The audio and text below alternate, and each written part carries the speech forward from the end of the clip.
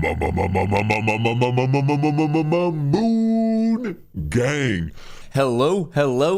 What is going on, all of you apes? What is going on? I hope you're having an absolutely phenomenal morning, afternoon, evening, night. Doesn't matter where you are. Welcome back to the I guess, best live stream going on in my mom's basement currently. Number one out of one. A lot of you might be pointing out, be like, I don't think there's many other live streams going on in your mom's basement. But hey, number one is number one. I'm going to take these wins when I can get them. Today, Tuesday, November 16th. I hope you're ready for an exciting day. Yesterday, a little bit of a boring day. There was some movement. We got some things were kind of green, kind of a mixed bag, a little chop.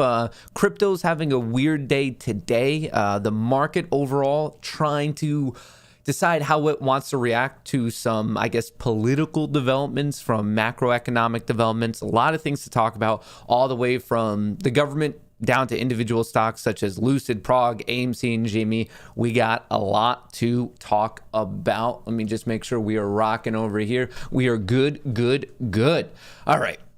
So let's just hop right into it so I can give you some time back right before the market opens to answer whatever's currently on your mind. So let me just give you the skinny on what you need to know. Stocks look steady with shoppers undeterred by higher prices. So basically what they're referring to is yesterday a little bit choppy, but then this morning, Walmart, Home Depot, they beat both of them. Walmart earnings and revenue beat expectations. Home Depot earnings and revenue beat expectations. That's a good thing. Obviously that's something that's been on a lot of people's minds of what in the world is going on. Our retail, what's going on with the dollar? What's the strength that we possibly have? So I find that to be a bit interesting. I find it to be a bit positive, but I do have a whole spiel for you planned, but let me get into that in just a second. Bitcoin drops towards 60,000 as major cryptos plunge. So let me quickly show you what's going on. Bitcoin plummeting, Ethereum plummeting, Solana plummeting, SHIB has been going down. We're seeing pressure, and I don't want anyone to think that this is an individual coin or token. Honestly, it's probably inappropriate for me to even use that word plummeting right now because they just all hit all-time highs. I mean, if you look at where we're up on the month, the 3 month, the year, things are still in the green. It's just in the short term that people are being a little bit I obviously myself included, a little bit dramatic about this sell-off. I think what it is, well, we kind of have an idea. Let me better explain this.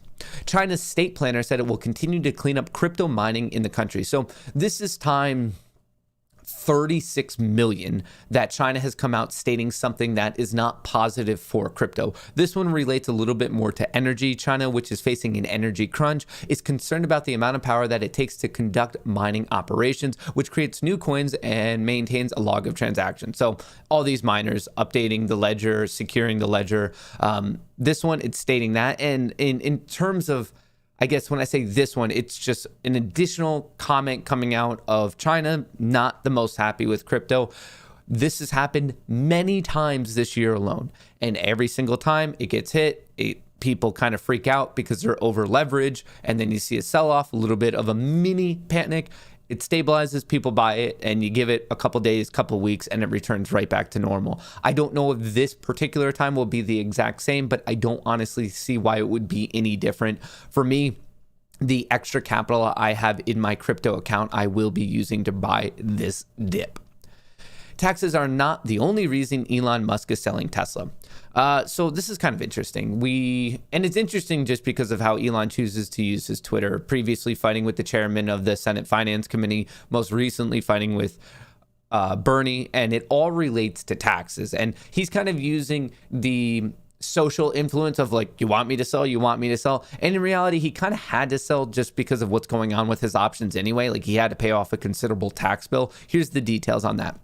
So Elon, the celebrity CEO, tax bill of more than $10 billion on stock options that he was granted in 2012. Musk sold another $930 million in shares to pay taxes on the options that he exercised on 2.1 million shares. That brings his total options exercises to about 4.6 billion with a B since November 8th. Last week's stock, he sold $5.7 billion worth. So really, it's kind of just like the net difference of what's going on here. He needs to sell off some to keep the money and the gains. So he's selling some stock, and it's just like a mathematical sleight of hand. I have to sell some to have the money to pay off the tax on the gains I'm getting elsewhere type of a deal. Bankers, traders set for biggest bonuses since Great Recession. In all reality, I'm fully planning on making an individual video that relates to this. And I don't really like ranting within the first 5 minutes of a stream. Let me just come back to this one. I don't want to be off-putting to any of the new apes who are like, hey, who's this kid that's yelling at a camera in his basement? Hi, my name's Matt. I end up ranting about some of the bullshit that goes on in the economy and Wall Street. And this is one that's rant-worthy. So let me just come back to it. I don't know if I'm there quite yet. Let me circle back, I promise. So that's the skinny of what's going on. Now let's get a little bit more into the important details. So yesterday, there was the virtual meeting between Biden and Xi, and it was kind of interesting. A lot of it related to tariffs. So I believe I'm getting the number right. It's about $370 billion worth of goods that the U.S. is currently putting a tax on when it comes to China, and vice versa. They're taxing us for things. So we have tariffs going on, and according to Yellen, I believe her exact one is that if both the U.S. and China decide to unwind the tariff position, it could be desirable as it relates to inflation. And obviously, when it comes to Yellen, she knows a thing or two about being desirable. So I'm going to trust her on that one. But this talk was more than just tariffs. It was also about China kind of saying, hey, like, are you going to play ball with us on like our efforts for energy? And then a lot of it was about Taiwan. And this was kind of, I suppose, what was happening really of the tension of the meeting, to the best of my understanding. Unfortunately, they did not invite me to join this particular meeting. Hopefully it was lost in the mail. I'll try to RSVP for the next meeting between the two world powers. But the murmurs on the street, it was much more of China saying, hey, do not cross the line with Taiwan. Biden saying, hey, don't tell us what to do about Taiwan. We're going to like speak our mind. We're going to have our own comments on Taiwan. China said, don't do that. US said, we will do that.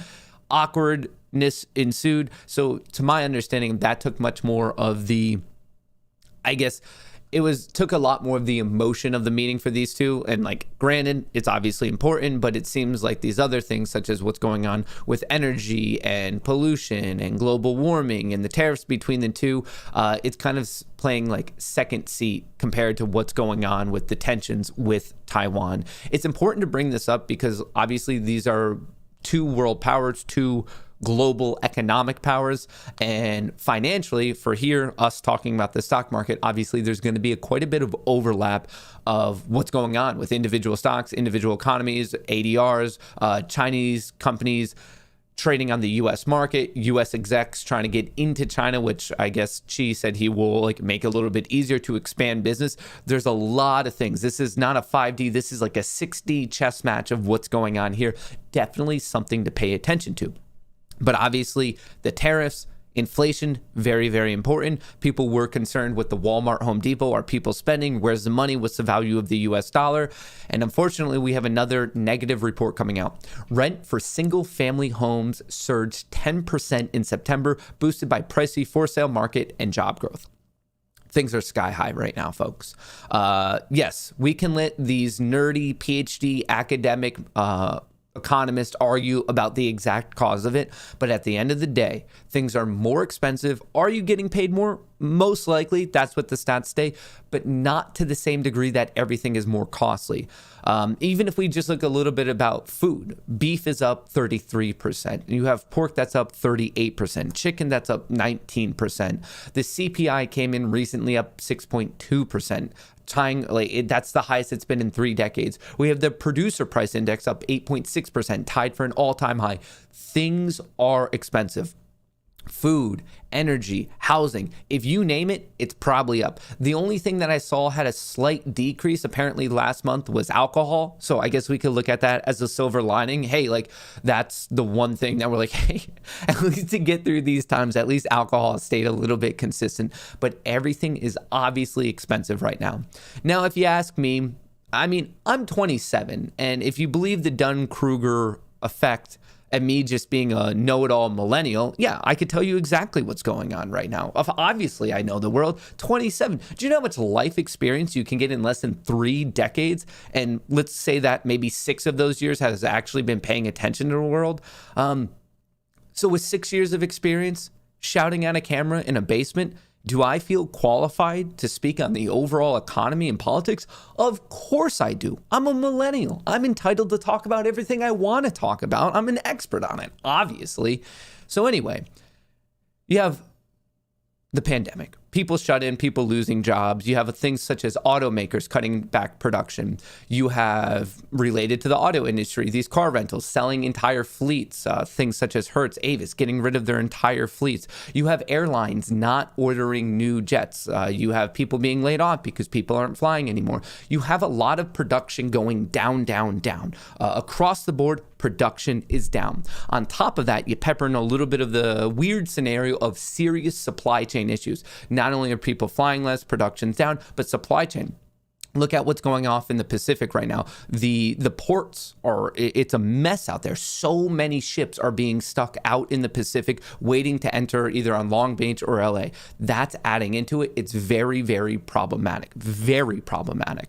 So you have things where production is down, supply chain issues, and that's why we have Biden like kind of tapping on FedEx, Walmart, and UPS to try to help. But then FedEx, Walmart, UPS are like, yeah, we're help. But then we see from the average people who are listening right here saying, yeah, we're told we're helping, but we already don't have enough people because of labor shortages. This whole thing is an intertwined, knotty mess. And like when you really look into it, your brain feels like it's going to explode.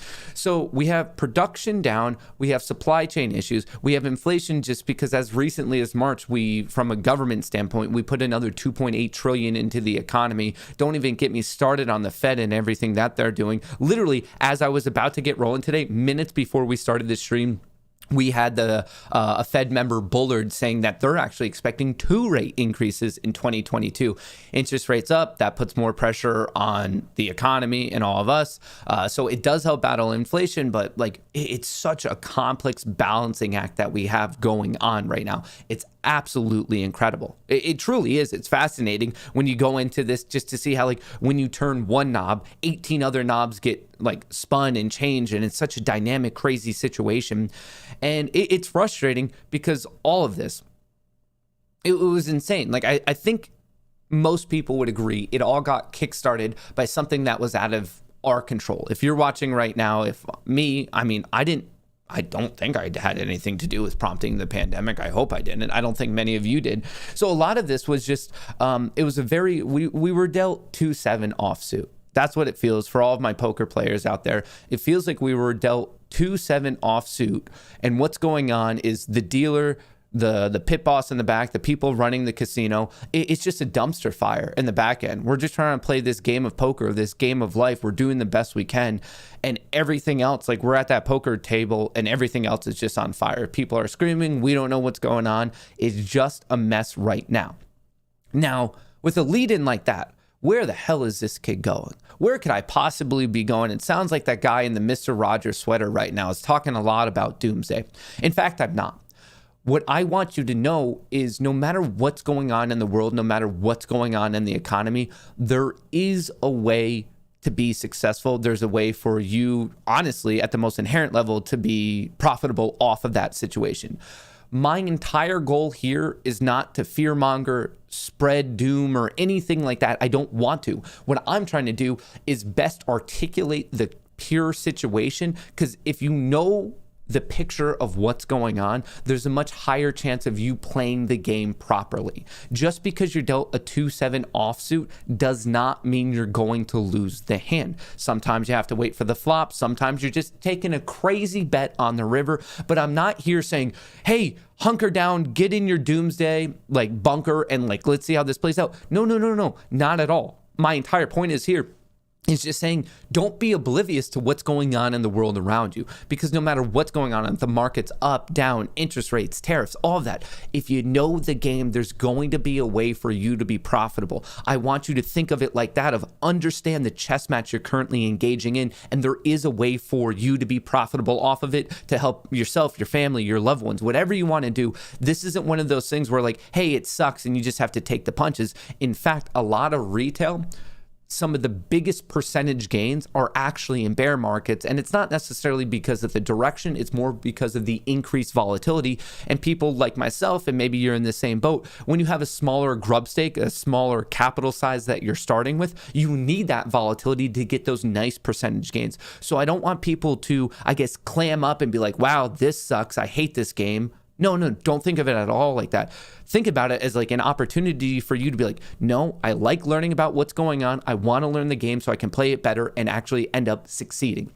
But anyway, obviously inflation is crazy right now. So that's something to pay attention to. And obviously our government is paying attention to it. A lot of inflation relates to the Federal Reserve. Remember, the Federal Reserve has a dual mandate: price stability and the job market, the labor market. They want unemployment to be as low as they can with the strongest job market possible, the strongest labor market possible.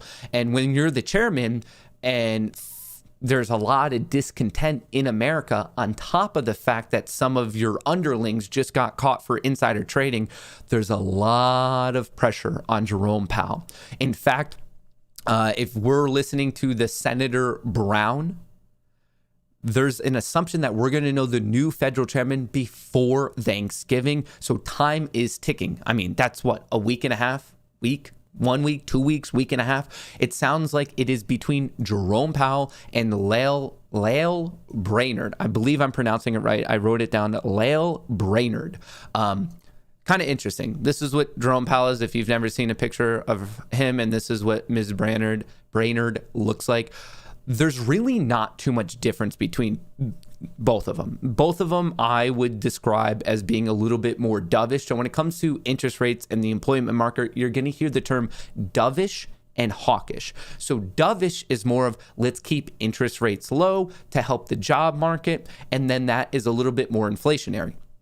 Hawkish is, let's keep interest rates a little bit higher and let's battle inflation, but not so good for the job market. So it's not necessarily like being dovish or hawkish is right or wrong or anything like that. It's just an opinion on the best way to push the economy and hopefully the job market forward, type of a deal. So it's not like Jerome Powell is some big dovish person and Ms. Brainerd here is a very hawkish person. No, they're both kind of on the dovish side. So to me, this might be one of those things of people are unhappy, and when that happens, you just need someone's head to roll. And I don't know. I'm not, surprisingly, I'm not the one who gets to pick who the next federal chairman is. But if it feels like Powell's head is about to roll, because it sounds like, okay, we're going to replace him with someone that has a very similar mindset, but we just need a new fresh face in there because people are so unhappy with how things have been going. This is just, it seems like this is how politics really ends up going. But it's not like one is dovish, one is hawkish. They're both dovish, and I think people are just upset with how things are going right now. But that's just my own guess. We'll figure it out. I figured I wanted to share this with all of you because it personally got me not the most happy this morning. Wall Street bankers and traders are in line for the biggest bonuses since Great Recession. Wall Street is set to see the highest bonuses since the Great Depression after a busy and profitable 2021. Overall bonuses for investment banking underwriters are forecast to jump 30 to 35% from the year prior, while investment banking advisors and equity traders can expect a 20 to 25% year-over-year bonus increase. A sharp rebound in business activity this year has translated to unprecedented workloads for Wall Street professionals and a competitive job market as companies fight to retain top talent and nab new hires. I sometimes find this disconnection to just be so wild. And I get it. If I'm sitting there and I really, really think about it, if I truly sit down, I'm sure there's a lot of great people on Wall Street who like myself, maybe like you, just like the market, they took it the professional route and they're traders or they're somehow part of it. I think there are many, many great people who work on Wall Street. It's a job like many other jobs. Hey, you're going to have good people, you're going to have bad people. But the optics of these types of things, it's more of like, man, just read the room. Just the connotation of Wall Street, them making money. It's just, this is the disparity that maybe doesn't logically drive a movement, but it emotionally drives a movement. It's that same thing of the Occupy Wall Street when everyone was down there. There's that famous picture of everyone picketing, and then up top, they're in their suits, like drinking their champagne, eating their caviar, kind of laughing. It's one of those things where it really fosters discontent to a very serious amount. Right here, we were just talking about all the forms of serious inflation. Everything's more expensive. There's a lot of people who the job market is having its issues. People are leaving, and I think part of it has to just go with the fact that they're sitting there and they're just saying, man, like, what's the point of working when I'm still getting minimum wage, barely above minimum wage, but all of a sudden I'm not paying for my rent. I'm not paying for my groceries. I'm getting paid the same. I'm working even harder because it's a competitive market right now where people are just happy to be working, but I'm able to afford less. And then all of a sudden you get things like this, and it just brings back the flashbacks of like all like those guys in the suits in the room just smoking, laughing, like the corporate laugh, like ha ha ha ha, let me go to the next bank and deposit even more money. And I get it. We can sit here and we can really split hairs and get into the nuances of like, all right, it's not exactly that, and I get it. But sometimes that emotional drive is really what prompts the societal cultural wildfire, not necessarily something as I guess like rudimentary of just like the logic of it, of just like, oh, okay, like I get why they like the market's up. It makes sense. They're trading, and with the high increase in volatility, you have other aspects of high frequency traders and stuff. It makes sense. Like if we get into it, but that's also when you're being the same guy who's like that nerd in class who puts his glasses on. He's like, well, excuse me, if we think about this technically, right, this kind of makes sense. It's like, okay, I get it, man. I get that. But sometimes it's just, you got to read the room on this type of stuff. And what I don't get about it personally is when people within these positions, mainstream media, when they're confused, why the general populace within the US and the rest of the world is confused. When they're like, well, what's the big problem? Like, why is this? Like, that's the frustrating part to me, is these other people who in positions of power and influence and are probably better off in life than many of us right now just hanging out, when they're confused about people's discontent and I guess just general unhappiness with what's going on, and they're feeling pressures in their life probably to more of an extreme than they have pre-COVID levels. And then you just see things like this, and that's the surprising part. It was when people don't even understand how this, in a certain sense, can just prompt a negative emotional backlash, I guess is probably the best way for me to articulate that one. All right, so with a little bit more time, let's talk about individual equities. So we know that Walmart and Home Depot did very well.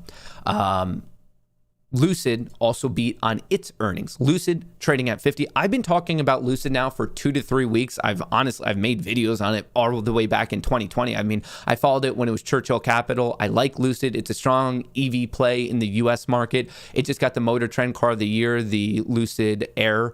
I think it's a great long-term play, but even in a mid-term play, the gap fill up to 56.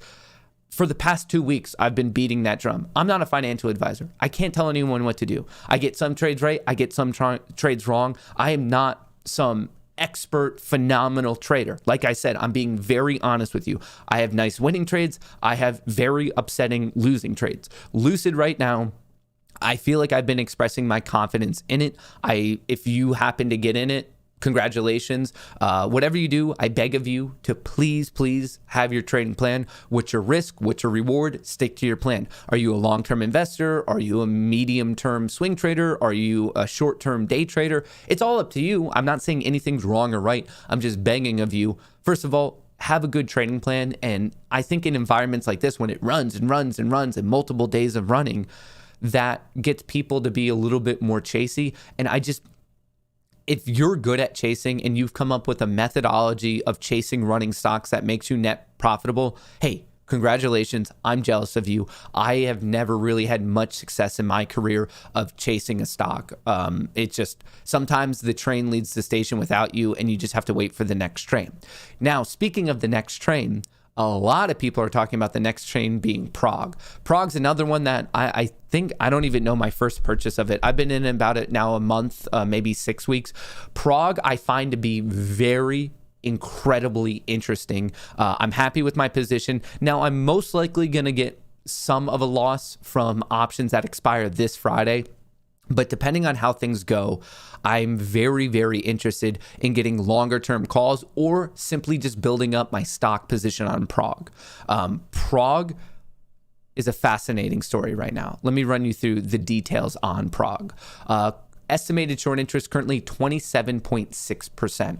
The utilization 99.9%, shares on loan 37.57 million. It's on the smaller float side, about 83 million is its float. So remember, the smaller the float, the easier it is for the stock to move.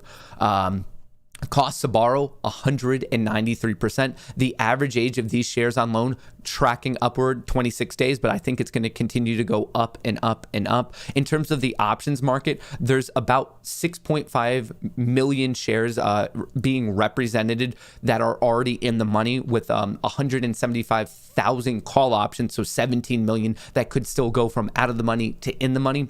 This has the making for something crazy. I believe it's already been on the threshold list for 19 days. The FTD report came in over 6 million shares. Remember, 6 million FTDs in a stock where the free float is 83 million. That is insane. Almost 10% of the stock was on the FTD list as of the most recent report. This is malicious. Whatever's going on with Prog, it is incredibly malicious.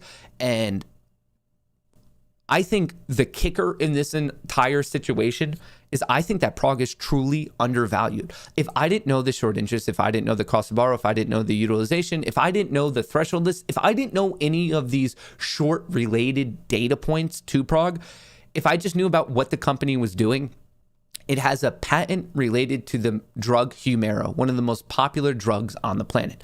Humira is a $10 billion a year industry, and it's the way its patients use it is buying it being injected into their body. Progenity recently got a patent for that drug, but instead of it being injected, it's an oral method. So right there, I view this company to be disruptive to a massive, massive industry, and that's just one of its business pillars. So right now, in my opinion, I am not a financial advisor. I don't care if you buy, sell, if you don't care about this stock at all. Why I'm particularly excited in it. It has all the prerequisites for a squeeze candidate, and on top of it, it's just an undervalued company. These are all my own opinions. You need to do your own DD, but I think Prog could do something absolutely crazy, and I'm very excited to watch it. I'm happy about my position, and if I'm being completely honest with you, I'm looking for ways to increase my own exposure to this particular play. As I'm speaking right now, Prog is currently up 14% in pre-market. It gained 17% yesterday. I think this could go crazy. Maybe I'm right. Maybe I'm wrong. It's a gamble. There's nothing ever guaranteed. When it comes to the stock market, of course, nothing is ever going to be guaranteed. But this one, hey, it's pushing $4. That's a big breakout. I'm watching 5 and 550. I think things are going to get a little bit nutty when it gets above 550. That's my own opinion of the technicals. I'm going to start paying attention to it more and more. We've been checking in on it day in and day out for about the past month. But this thing, you can see the volume picking up. You can see that it's getting more and more traction on social media. There's a couple things coming to a head right now. Prog, in my humble opinion, worthwhile to watch at minimum for the remainder of the month, but if I had to really guess, it's probably going to get exciting for even longer than that. In terms of AMC, they've already borrowed a net of 226,000 shares against it for an estimated short interest of 16.24%, utilization 81.5%, shares on loan 92.4 million, and these the age of these shares on loan is 78 days. In terms of GameStop, they've already borrowed 68,000 against it today. The short interest is estimated to be at 8.74%, utilization 31.5, shares on loan 6.34 million, and the average age of these shares on loan is 63.4 days. So that's your AMC, GME, and Prog breakdown. The market overall kind of in this in-between pattern, not being decisive, the SPY, the Qs, or IWM. They all recently hit an all-time high. Coming down a little bit, we're trying to see if it's just making a higher low and getting ready to base, but we will be finding that out very soon. The bell is about to go dingity ding ding ding, so let's get ready. I'm ready.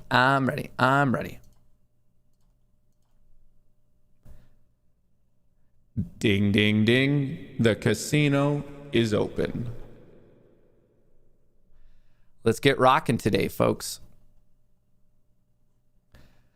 Rockin'. As the market is opening up to all of you watching right now, just a very quick reminder, I would be greatly appreciative if you could quickly hit that like button, and if you want to subscribe and join up with the Moon Gang, that would be great. Liking, subscribing, they are both completely free. It's honestly the only support I ask for, and the reason I ask for it is just because it helps me out with the YouTube algorithm, and it gets this video and my channel in general served to other people. Once again, completely free. It's the only type of support I truly ask for.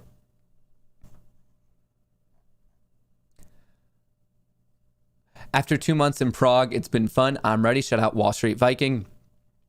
Hey, Matt, what about Penn State? LOL, love you, brother. Yeah, I'm not the most happy about it. I'm definitely not the most happy about it.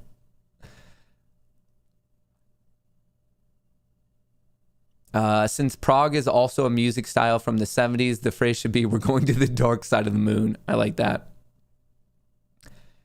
Eat the rich. Dude, I finally joined the Discord and I have no idea how to use it. Thanks for all you do. Enjoy your day. Ryan O'Connor, feel free to shoot me a personal DM on it and I can like walk you through it if you still have some confusion. In wish.com, you can buy t-shirts, AMC, GME to the moon. Hey, Matt, I'm on a vessel going back and forth from Florida to LA, and every penny I could spare I've been putting into AMC. Just wanted to say, let's go apes. What do you think about Get ARTM.io? Never heard of it.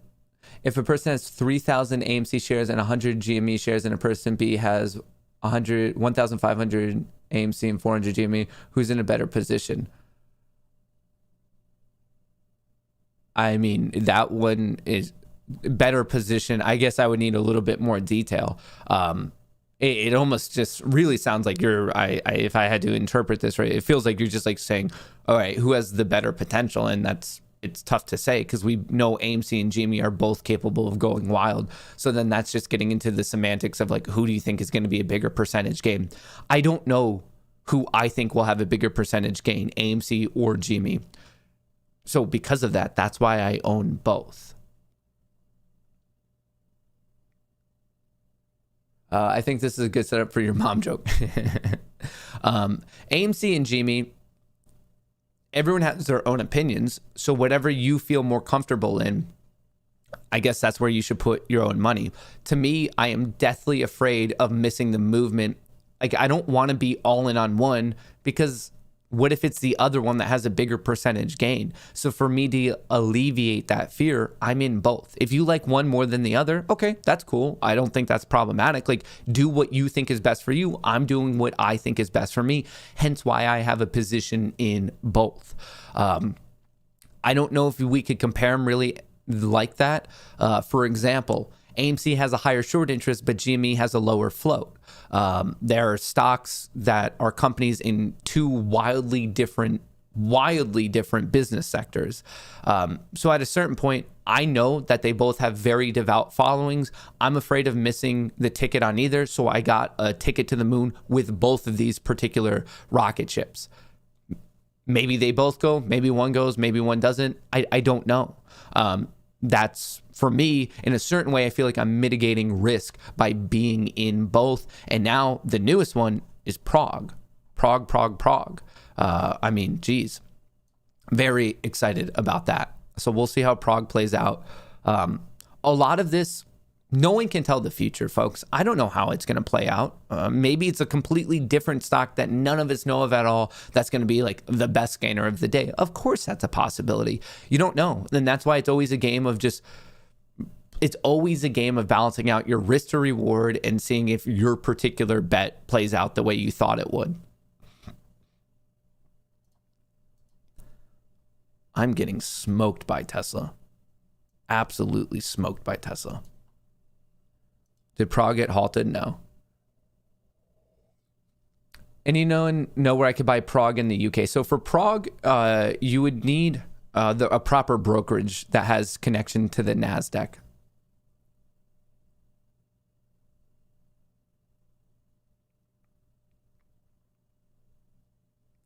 Change your past preview. Tune of your music changed from your past preview of AMC Squeeze. I don't know what that even means. I mean, no one knows how this is going to play out. I think that's so silly for people to be like guaranteeing, be like, this has to happen. This has to happen. What are you talking about? Like that doesn't, for anyone out there who's guaranteeing something when it comes to the market, that should be the biggest red flag ever. If you're following someone who's like, this has to happen. This has to happen. I guarantee it. 100% chance. That's a massive red flag, and you should run for the hills as quick as you possibly can. I don't know how to be more explicitly clear about that. Nothing's guaranteed. No.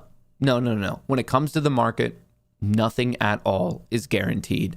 It's all in that gray area of 1 to a 99% chance. There's no such thing as a 0 or 100% chance in the stock market.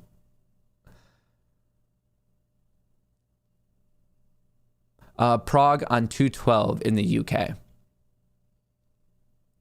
Someone just said.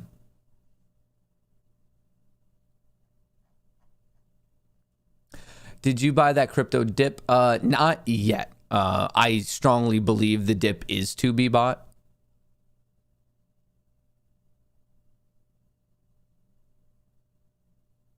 Thoughts on the AI sector and C3.ai. So I don't have much thoughts on C3 AI, but the AI sector, as in like an investment opportunity, I don't see how AI doesn't get bigger, become, I guess, like it's already $1 billion a year industry. I think it just keeps growing and growing and growing.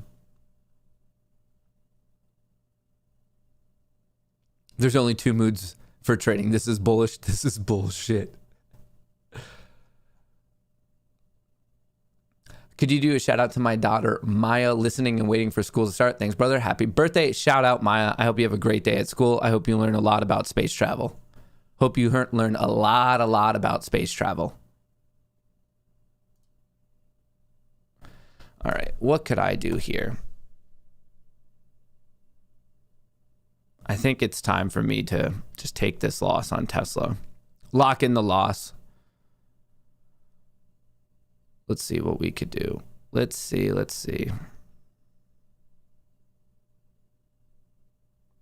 Oh, this is a painful loss.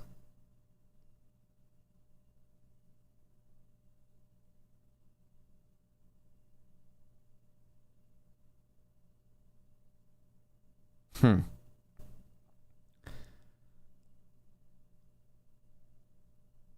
right, we're doing that.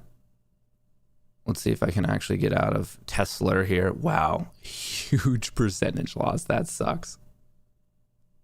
All right, we got out of that. And what else do we have?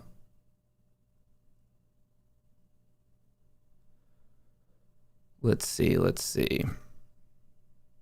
It is currently November. I'm looking at these Prog options. Time. Do not forget to give yourself the time that you need.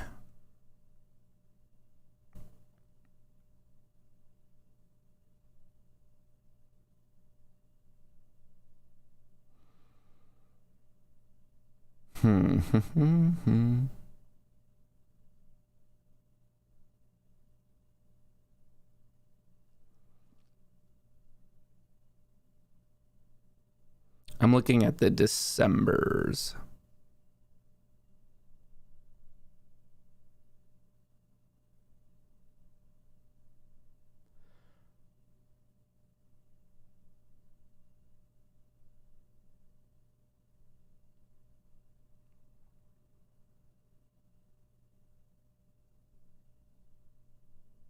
All right, we're rocking this. I looked at the December 17th, the time. Now remember, if Prog really gets going and if it's any form similar to SPRT, it's going to be one of these things where if it really gets going, the options market is not that built out on Prog. It's not that built out whatsoever. So that means there is a scenario where literally all calls could go in the money, all puts could be out of the money, and then we're kind of awkwardly waiting over like a week or a weekend for them to add the weeklies, add in more strike prices. And with that, it just has to be the demand. Like we need that stock movement. Right now, I believe the highest one is $7.50.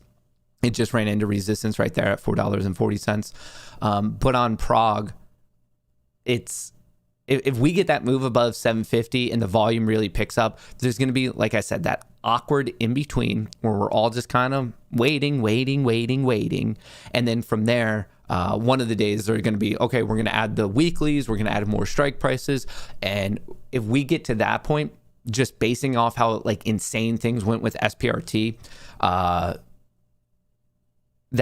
that's going to be the sign to me that something crazy is going on, where it gets to the point that people who build out the market are adding more options on PROG. I'm using that as kind of a, not really a quantitative sign, but more of a qualitative sign of, okay, insanity is picking up in Prog. What would be a good entry point for Prog since it's running already? It depends on your time frame. The nice point probably would have been, honestly, when it started picking up like 320. Here's a gap up. It's hard for me to say anything about a gap up.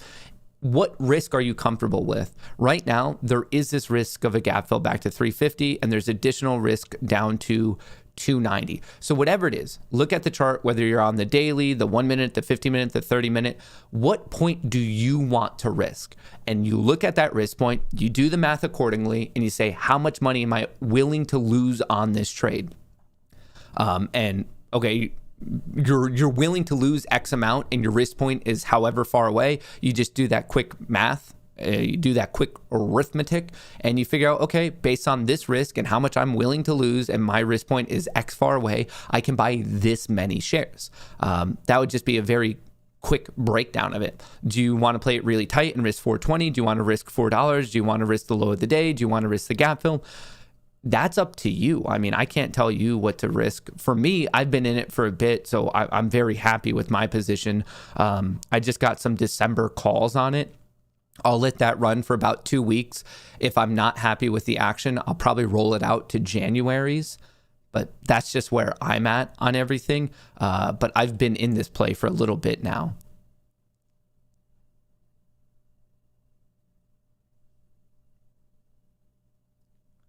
YOLO'd Rivian puts. Ooh, I'm sorry. Isn't this a new all-time high? Rivian coming in at 140 billion, almost doubling up Ford and GM. That's crazy. It's really tough to get puts at an all-time high because you don't know if there's going to be another new all-time high. That's when you're letting price discovery play itself out and you're in new territory. It's kind of tough, but I guess also you admitted that by saying that you YOLO'd it. I'm surprised Rivian is still going, but if there's enough people who are surprised, well, you have more people getting burned and burned, so it could just honestly keep going higher and higher.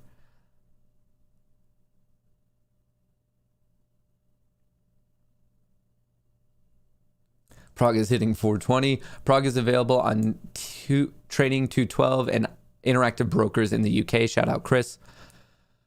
Planning puts on Rivian soon. I am not, just because it's the opposite of catching a falling knife. You're trying to catch an exploding rocket.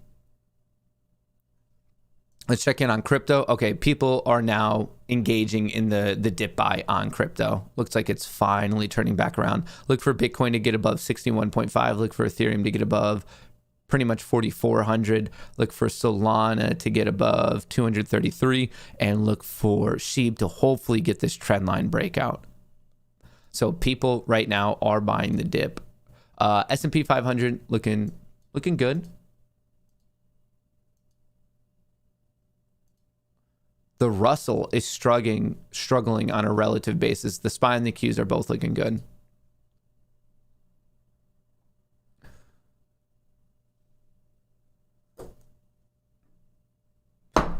All right. All right. All right. All right. What else do we have?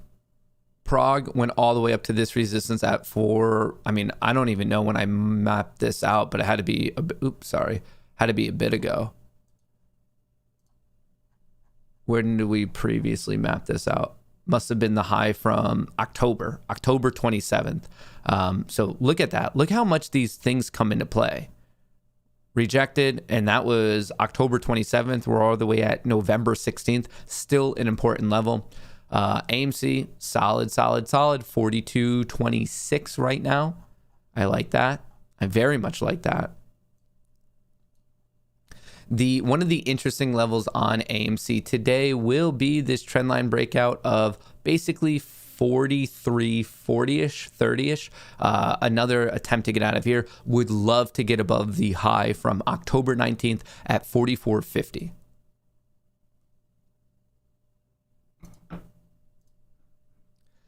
Lucid, Tesla, all kind of taking a little bit of a breather right now. AMC looking good. GME, it's at a good price, but super low volume.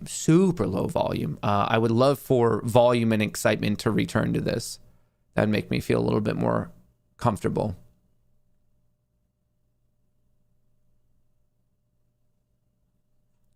Have you heard of YMTX? I have not. All right. So what else is going today? Prog up 23%. That is just nuts. That is absolutely nuts. Love it, love it, love it. Colton Brown becoming an astronaut. Shout out. Hey, Matt, thanks for everything you do for the community. You are a big part of our success. Just facts. Please check out SBET. SBET. Sharplink Gaming. I would want to know a little bit more about what the company does, but from a charting perspective, I'm just seeing it like this trend downward. It got a lot of excitement, but then ever since July, there's not many buyers on it. Maybe it could swing back around. I would be more comfortable if it was above 450, if we got some buying and you need that breakout above 5, but I'm just seeing a downtrend in this one. From a technical perspective, I don't know much about it, the company's fundamentals. I'd have to look into it.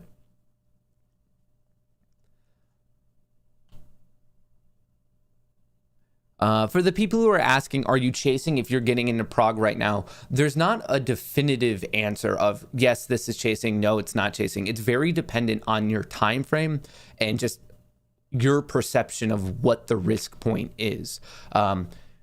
If you're willing to risk 412 and we're at 427, well, no, that's not really risking, or that's not really chasing because you're super close to your risk point. But once again, it's in the eyes of the beholder. I think Prog has more like in it, the same way I think of AMC, the way I think of GME, but still chasing is very much dependent on like what you perceive the risk to be and also the time frame. Like I wouldn't be using a 1 minute chart when I'm about to swing the position for days and days and days. Like then I want to use the daily chart, the 4-hour chart, the weekly chart. Make sure that the time frame you're thinking of being in the play is somewhat appropriate for the time frame that you're doing a breakdown of, like when to get in type of a deal.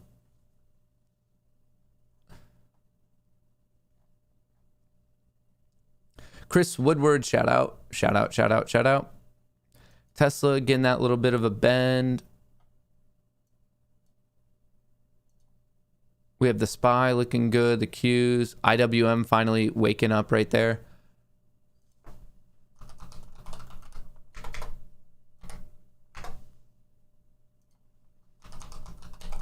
What is my futures account looking like right now?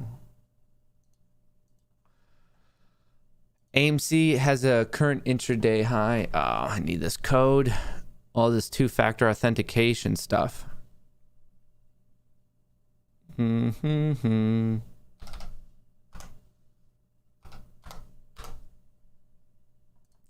are in. We are in the mainframe. We are in.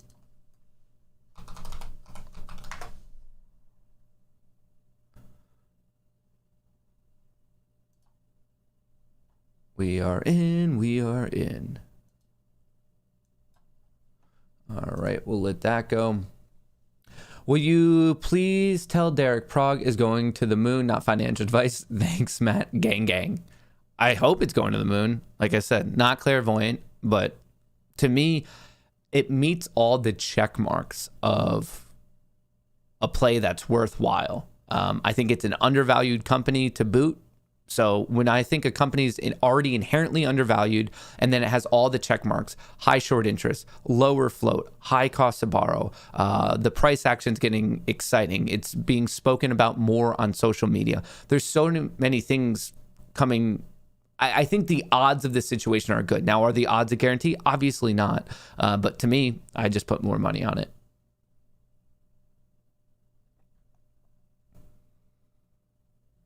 RTM ICO worth a look with NFTs. I would say my most interesting NFT play right now is actually Loopring, and as it relates to GameStop and their marketplace.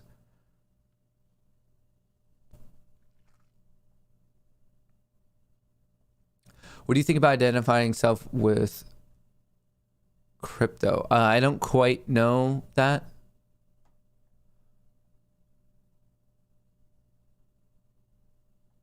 All right, Prog looking good, coming back up to this breakout level. Let's see what Prog can get going today. Prog. Where's this? Let me get the 4 hour. All right. So if Prog can get above 450, we're pretty much watching $5 at that point. 475. So the high fours, the low five should be interesting. Actually, we have like that 60-cent range, 470 to 530. If we can somehow take that out, we might be seeing some fireworks, but we still first need to get there.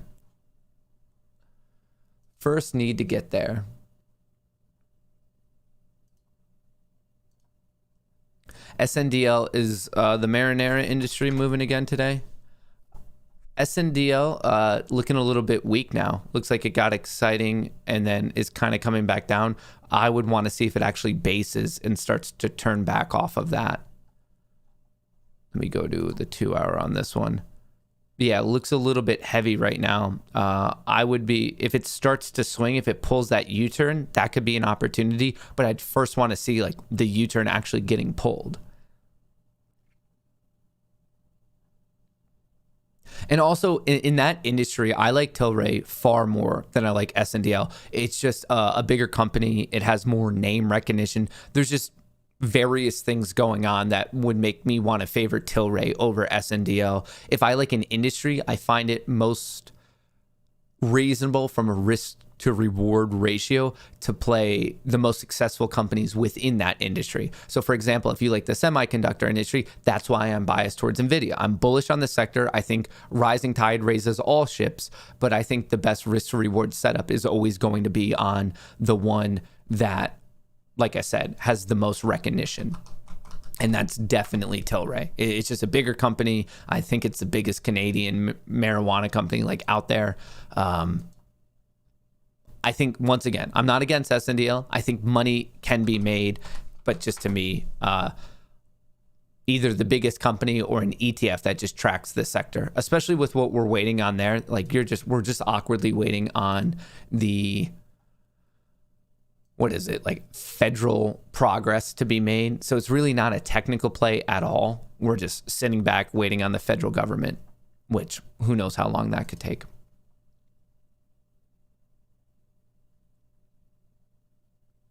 Canopy is not bigger than Tilray. Ever since Tilray and the APHA like merger, it's become the biggest one.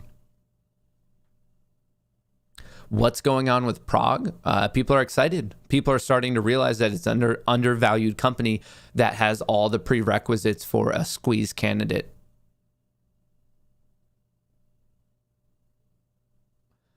AMC at 42, GME at 207, AMC and GME both down a little bit over 1% today. Prog up 24%, Lucid up 4.7%, Tesla in the green, Rivian up 4%. Crypto, all of crypto is currently down. We're waiting for some excitement to get going there. But I'm liking thus far. I know we're only 24 minutes into the day. I'm liking the chart on Prog. I want to see this test to 440. Let's see if there's hopefully enough demand to get us there. Hopefully. The Russell over here. What's the SPY doing? SPY looking a little bit heavy. Q's looking a little bit heavy. What else do we have? Is there any other breaking news? Lucid jumps after revealing a notable increase in vehicle reservations. That's awesome. And they also got the Motor Trend Car of the Year.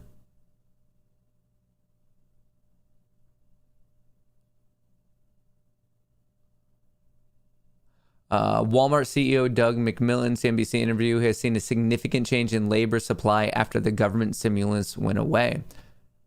Interesting. And that's from the Walmart CEO.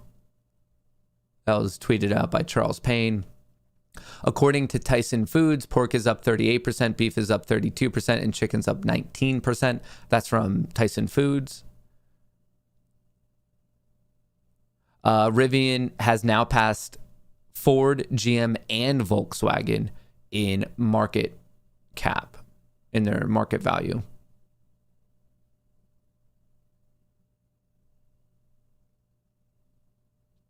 VanEck Bitcoin Futures ETF launches after weeks-long wait. So VanEck tried to get a spot ETF. So instead of Bitcoin Futures, it was going to be straight up Bitcoin. That one was denied by the SEC, but it looks like the Bitcoin Futures one, that's the difference between basically direct ownership, where it's going to be physically settled, or indirect ownership, which is cash settled.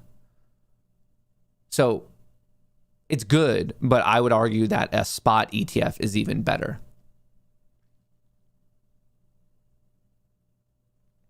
U.S. will issue 1-year multiple entry visas to journalists of Chinese nationality. China and U.S. reach consensus on journalist visas.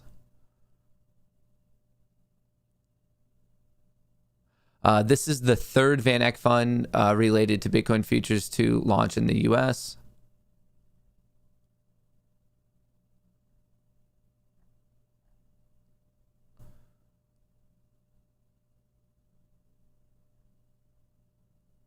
Apparently Gasparino saying some ridiculous stuff about AMC as always. Not that that's really news.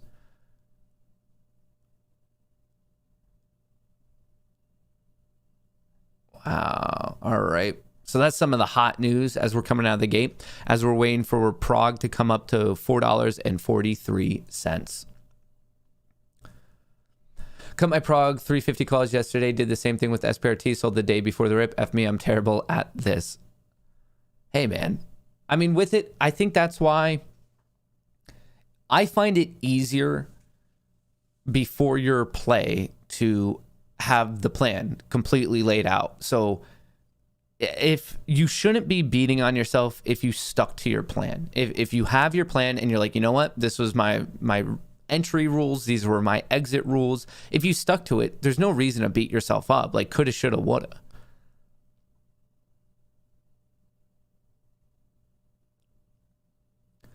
Matt, would you sell some AMC right now to jump on Prog? No. I find it silly to like give up one play that you like for another play that you might also like sometimes. That's why I like to have some capital just for when other plays come up. I'm like, oh, okay, like let's get in on this one. You're really getting nitpicky in trying to time the market when you're like, okay, how do I balance like one play I like with now another play I like? I don't think that's a good trading methodology. Someone said no GME today. I mean, if GME gets moving, GME has done nothing. GME has traded 168,000 shares. Some of these minute marks like are barely moving. If it moves, I have no issue putting it up, but I only have so much real estate here. I have to put up things that are actually like having action.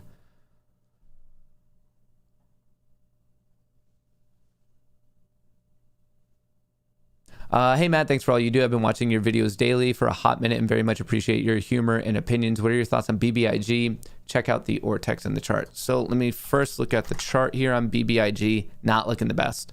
BBIG looks weak. It's at support right now of $4. If it doesn't hold on to 4, there's a chance it drops to 3. This is bearish. I'm sorry if you're in BBIG. Maybe I'm wrong. For your sake, I hope I am wrong. But all I see is a pattern of lower highs, lower lows. It's breaking support. The volume's going down. I just don't see any buyers here. Prog, dingity ding ding ding, Prog breakout right there.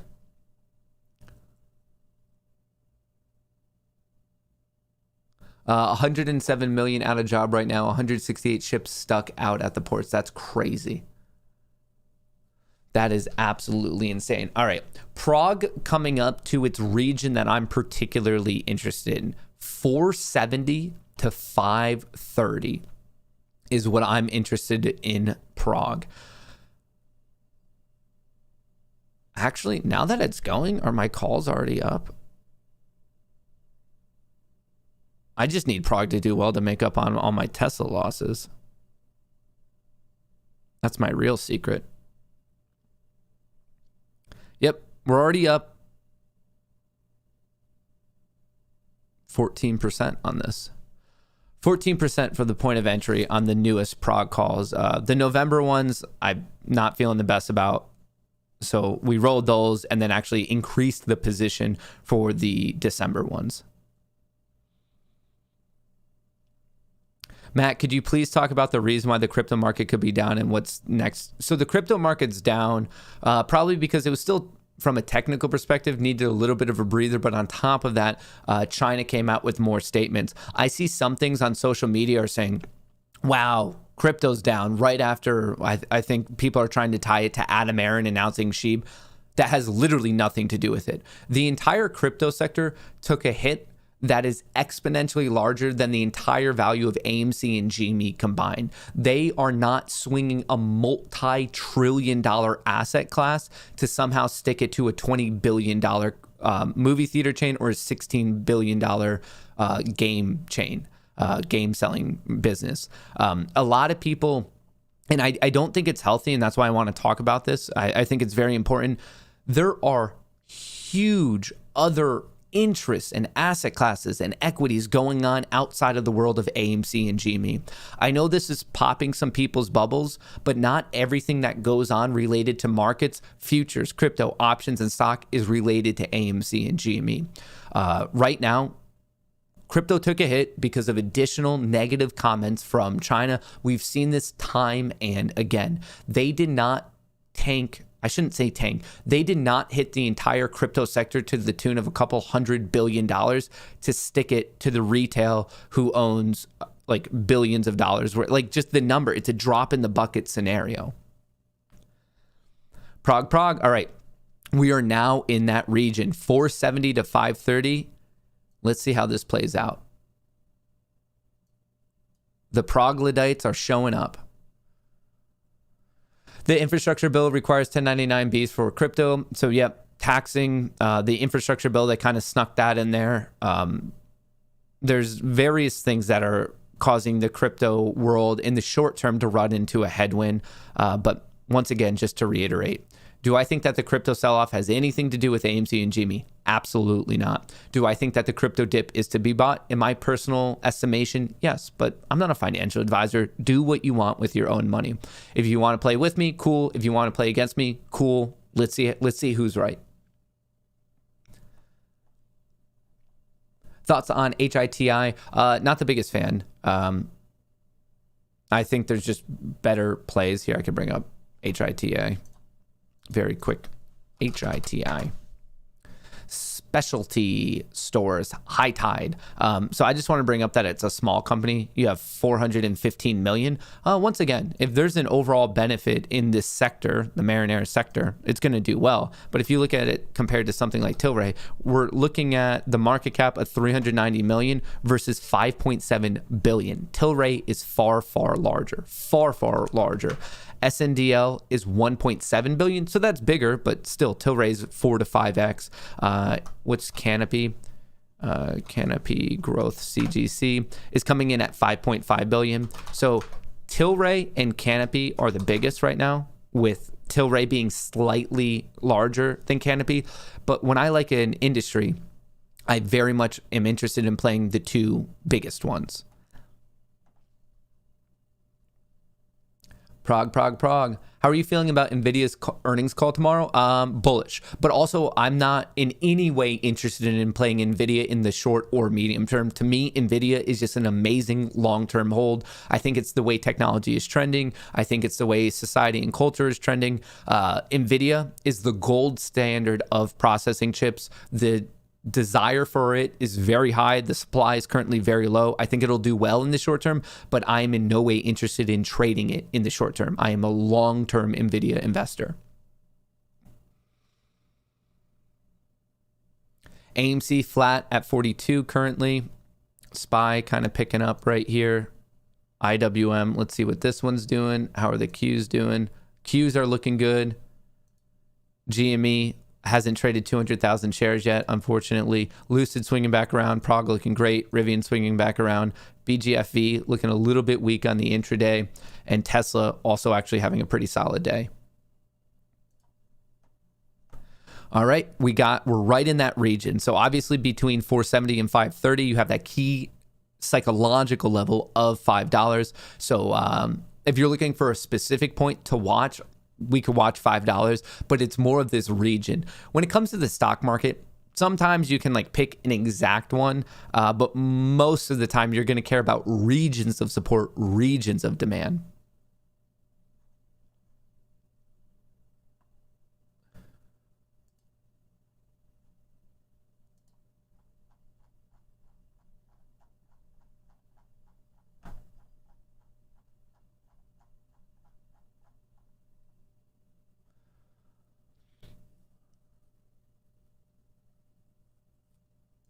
All right, what else do we have?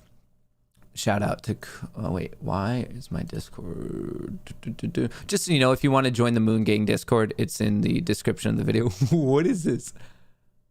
The Charizard thing. Up 41% on Prog so far. Man, the Discord is killing it on Prog. Stock killer, congratulations. Hey Matt, can you look at SSSSS? It was a dividend play. I wanted to sell some covered calls. Can you explain why they have 3 different contracts for each month? I actually SS1, 2, and 3. Jeez, I don't know why off the top of my head, if I'm being completely honest. Labeled SS. I'd have to look into it and do a little bit of research.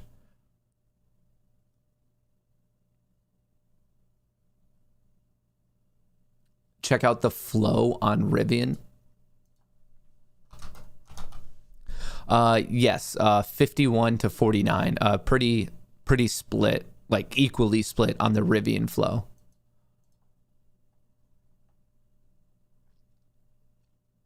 I can trade Prog on IB, Saxo, DeGiro, and whatever that one is in Lausens.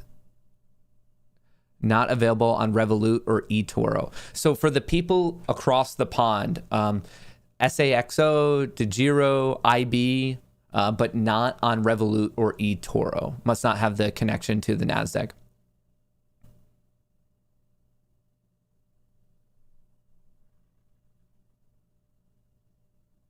Must be getting pretty chilly in Philly. It is getting notably cold in Philly right now.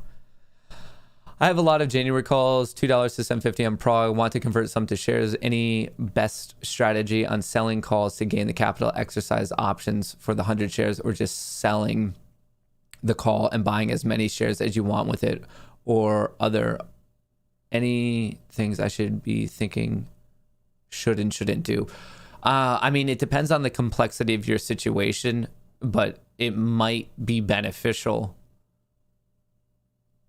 to sell your like most risky ones if they're up, take that money and then get it into shares. Like you don't necessarily have to sell some to then convert. Like I guess that's the mathematical problem. You'd have to sit down and see like, okay, what's the most reasonable situation? Because I see what you're saying. You're like, should I sell some calls to exercise the other? Or, I mean, I guess in a certain sense, you could sell all of it, take those gains, and just convert that, like just buy the shares that you want when you want to buy them. But with it, to know the best one, like it sounds like you just have a very complex situation. Your Jeff up 461% today. Man, talk about crushing this Prog call. Congratulations. Congratulations. IWM taking a bit of a dip right now. Are the Qs? The Qs are holding on with the SPY. So the SPY and the Qs looking very, very similar. Unfortunately, the Russell 2000 taking more of a breather. Looks like Prog's trying to make a new base right here at 450.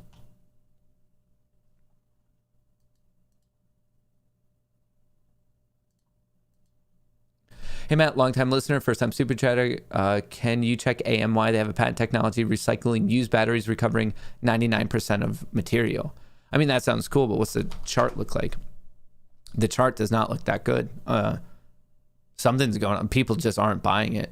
It's a penny. Oh, it doesn't even trade on a normal market. It's on, I guess, the Canadian market. I'm thinking CAD, penny stock in the Canadian market. So wouldn't really particularly interest me. ATER is the bane of your existence. If something's the bane of your existence, it's kind of telling me that you just didn't have a trading plan. It's at support right now. You very much wanted to hold on to $6. If it breaks down, you're then watching 530, and from there you're watching closer to 3. But all this thing has done is downtrend.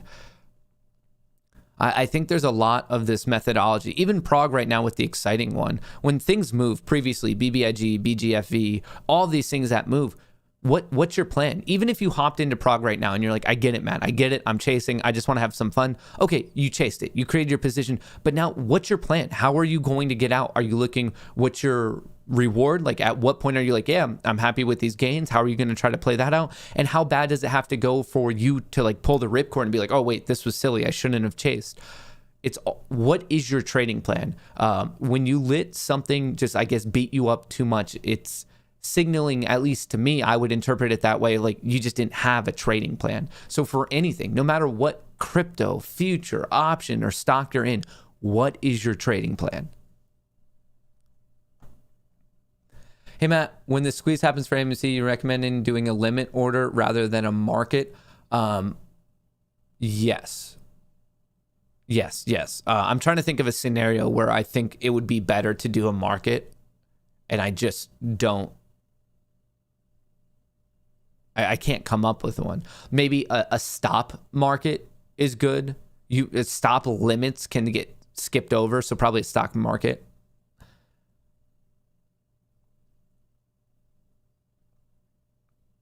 Someone said DWAC taking a little bit of a run today. 62. I mean, DWAC's up 4%. DWAC's weird because people are trading it. It currently has a $2.25 billion valuation. It's the idea of an idea. It's a shell company of a shell company. Right now, DWAC, it doesn't have beta users. It hasn't rolled out. It's a concept. It's apparently a $2.25 billion concept, which I just find interesting. I've had a couple hundred shares for a bit, but shout out to True Demon for his DD. I saw on Twitter my calls are up 26%, 383%, 47%, 58%, and 31%. Yeah, so if you guys are worrying about that, like, or interested in reading that DD, I retweeted it like early this morning from my account. So if you guys want to track that down. Can you explain a stop market? Okay, so when you have a stop order, there's stop limits and stop markets. So a stop is something where the stock comes against you. It's trading down, down, down, and it hits your stop. So when the stop is hit, it either triggers a limit or a market, depending on what you sell. So a market is saying, if price X is hit, sell it and just get me a fill at really the NBBO, the national best bid in this scenario, because you're trying to get out. So it's whoever the highest buyer is, you're going to sell to them. A limit is saying, get me out when prices hit, but only if you can also get me that fill. So let's just say you have a stock that's trading at $50 and that's what your stop market is at. If it hits 50, it sells. You might get filled at 50, maybe 49.99, maybe 49.98, maybe 50.01, whatever the highest willing bid is. But a stop limit is saying if it hit 50 gets hit, only get me out if you can also get me a fill at 50. So let's say if it hits 50 and then skips down to 49.99 and like it can't get you the fill at 50, your position does not exit. So that's why using a stop limit can be very dangerous. A stop market in that scenario is probably a little bit safer because you just don't want your order skipped over.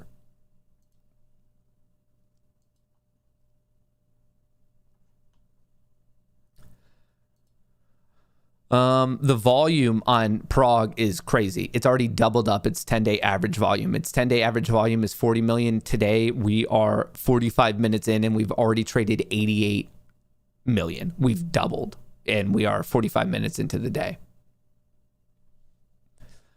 So at this point, how can you interpret that? Okay, that's good. That means it's exciting. People are buying, people are selling. That means 88 million shares have been bought, 88 million shares have been sold. For every share bought, that means this share is sold. Could we argue if it's a legitimate or an illegitimate share? Of course, we could. But still, that's how many shares are bought and that's how many shares are sold. Whenever you see volume, there's no such thing as like buy volume and sell volume.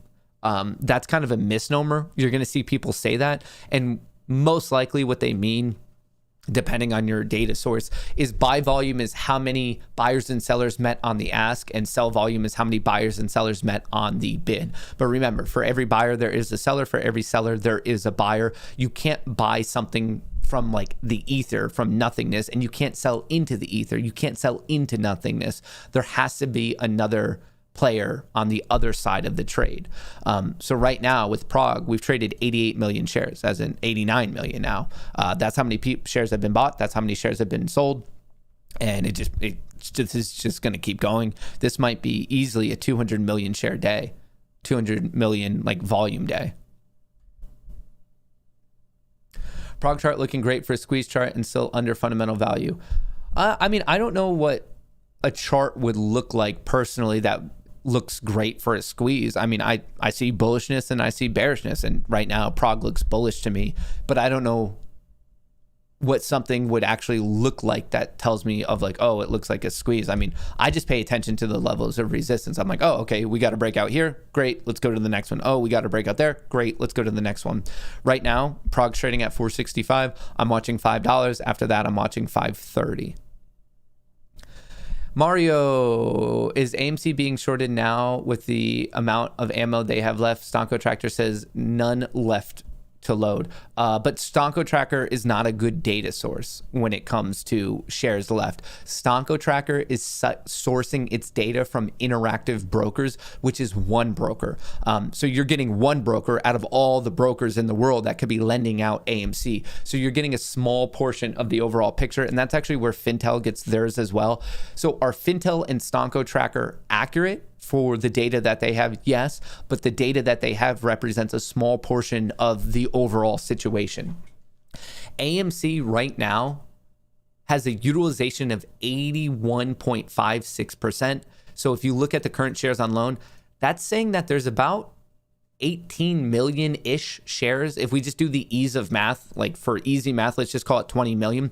That's how many shares could be like go out on loan right now across most of these prime brokers. Stonko Tracker, it's fine for certain things, but please understand the data source that you're using. If someone wanted to, across all brokerages right now, they could probably take out another 20 million shares against AMC. It is, as of now, not that hard to borrow at this moment in time on November 16th. Worth holding naked if they truly get into the EV sector. I think an EV sector might consume them, but NAKD is more of a clothing thing. I'm not a fan of NAKD at all.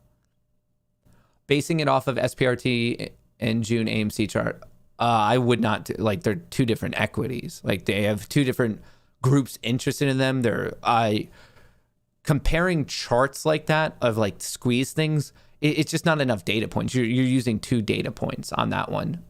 Maybe it's accurate, but I wouldn't feel the most comfortable. Like, two data points is not statistically relevant. CHPTY, infrastructure signed. We're seeing all of EV take, or wait, hang on. EV's up. Wait, what's going on with CHPT? I don't know. Maybe it was the buy the rumor, sell the news. Maybe people were buying it up in anticipation of the infrastructure bill getting signed. And now that it's signed, buy the rumor, sell the news type of a deal.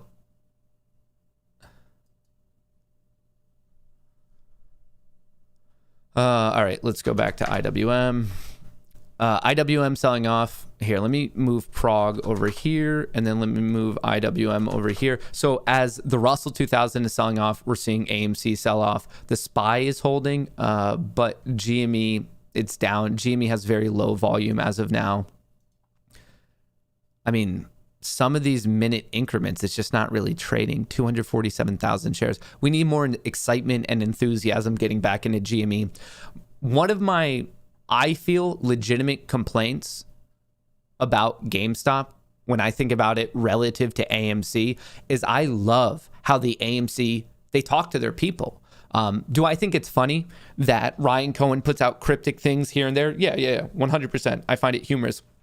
But when that's exclusively your interaction with your investor base, we need more. Like, I wish the GameStop leadership team would do like more to like invigorate its investor base. And right now, the lack of invigoration is exactly what we're seeing in the lack of trading volume. It's the leadership team is not doing enough to get people excited about investing into its company. Maybe they have good reason for it. Maybe they don't. Maybe I just don't know why. Like, maybe they have very good reason for not being so public. But I've seen that Adam Aaron at AMC has made the option, the decision, I should say, to be very, very public. And it's paid off in spades.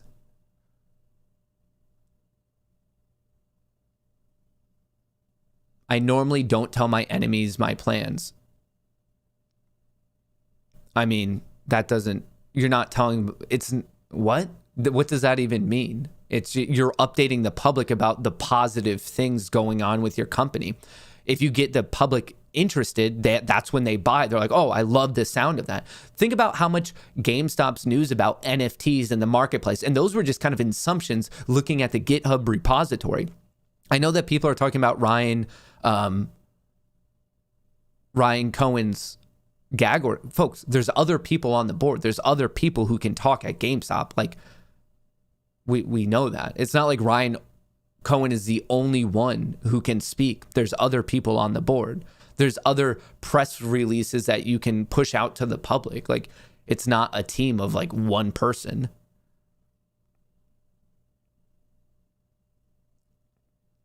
I think they mean they don't want to give their competitors information on their transformation. There's still competitors. Well, I don't really know of many people who are actively competing with GameStop in like the particular thing they're doing right now with having, even if they have competitors, I guess they probably do, because I know of various places that are trying to do an NFT marketplace. But what those competitors don't have is an insanely loyal investor base. So to me, if I were in a leadership position, I would want to get that investor base like very enthusiastic. And if you do that properly, you would blow your competitors out of the water because they don't have that. For example, AMC, let's use the example of, okay, AMC, Adam Aaron gets his investor base very excited. No one talks about Cinemark really, just like somewhat of a comparable movie theater chain, but like we barely talk about it. My point is, does GameStop most likely have legitimate competitors? Yes, but I don't even think that they have the option to compete when a huge corner of the internet is in support of your company moving up to kingdom come. It's just, and I'm not saying give away your plans. It's like, but you have to give your audience some breadcrumbs.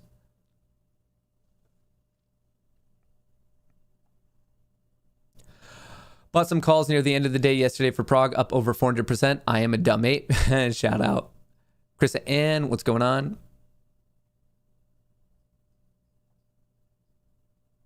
I've been burned on any so many times. I'm sorry, Cootery. All right, we are checking out AMD. AMD's looking good. AMD's looking really good. If AMD gets above 149, 150, I would expect a test of the all-time high. I'm a fan of this sector. I like NVIDIA. I like AMD.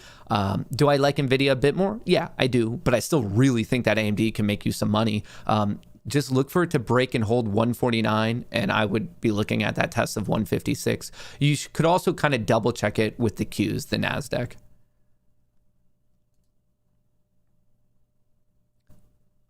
Did someone just say ladder attack on Prog? Clayton, are you just messing with me?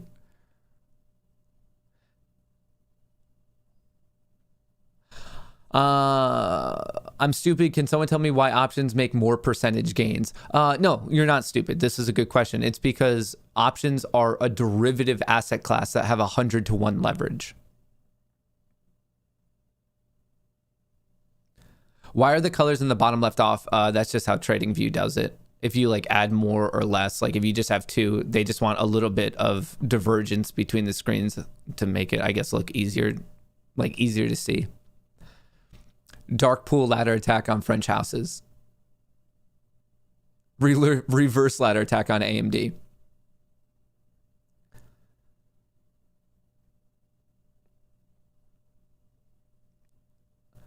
Red equals ladder, green equals Frogger.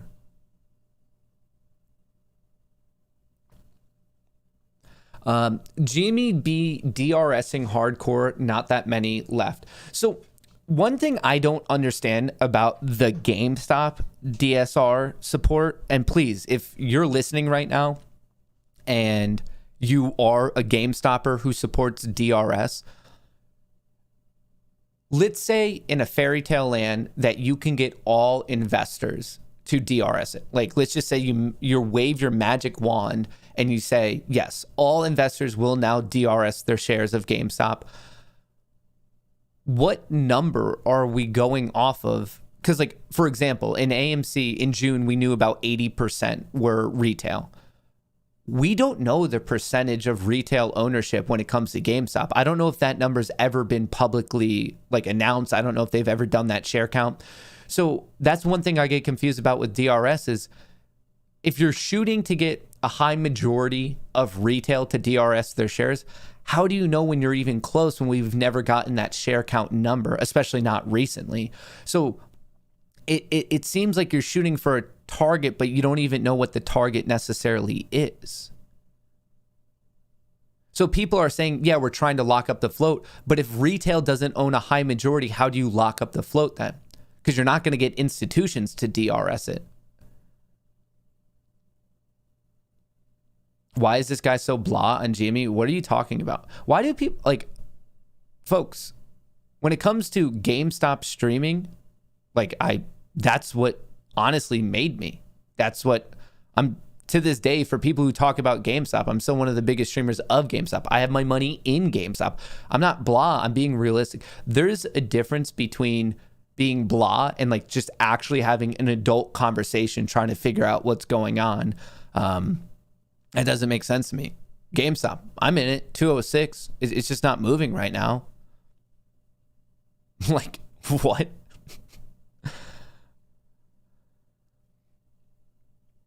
There's a DRS bot and Supersonic tracking how many accounts and shares are DRS. That might be fine, but still, my question is, what percentage are people going for? I think that's incredibly... We've never, to my knowledge, we've never gotten, at any point in time over the past year, an idea of how many individual retail investors own AMC. We don't know the percentage of the float. So if the concept is to lock up the float, is it even possible? Has retail ever owned that much of the float in GameStop to lock it up?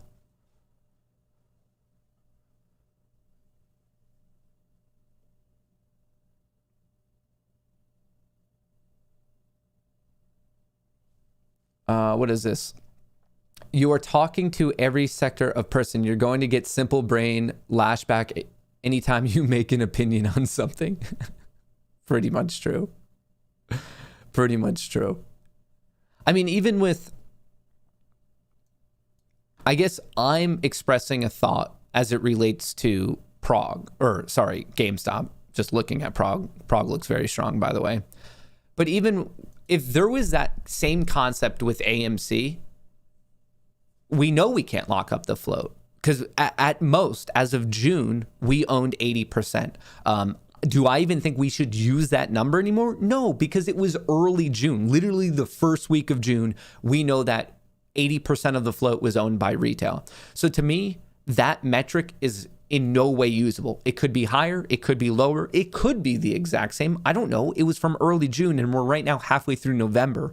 But even there, even if we all DRS'd AMC at that moment in time, we're not locking up the float. We're locking up 80% of the float, but 20%, that's a million shares that could still be traded like all the time. And the average volume is around 30, 40 million on a day. So even that 20% that's not locked up, if a third of that is traded once, that would represent the current daily volume on AMC. Hey, Matt, hope you're okay, brother. Is the squeeze on? I hope so. I'm in it.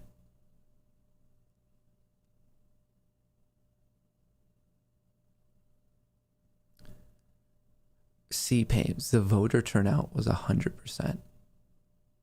C-Pames, what's that in reference to? I think this could be interesting. The voter turnout was 100%.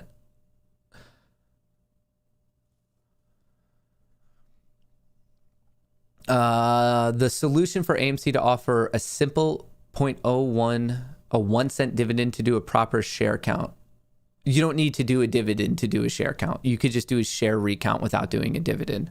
I do think it's an interesting, hey, Prog's looking very good. This is your Prog alert. I do think it's incredibly interesting, this NFT thing. The issue, though, is, remember, it's not in any way the float. It is the outstanding shares plus the current short count. If we exceed that number, that tells you that something's going on that should not be going on.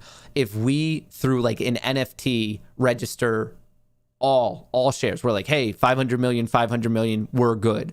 If it shows a little bit more than that, is that indicative? No. What's crazy, like what the number we need to show that something illicit, nefarious, illegal is going on is to have more shares represented than the outstanding shares plus the current short shares. If we exceed that combination, that's when you have like a sign that something crazy is going on.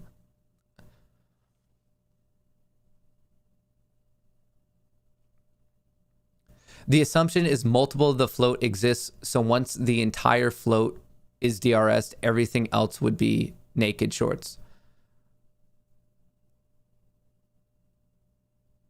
The assumption is multiple of the float exists, so once the entire float is DRS, everything else would be naked.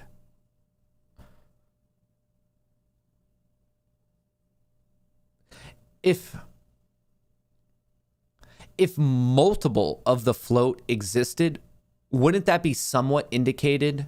Like, wouldn't we see a portion of that multiple X of the float being represented in the FTDs, or am I missing something?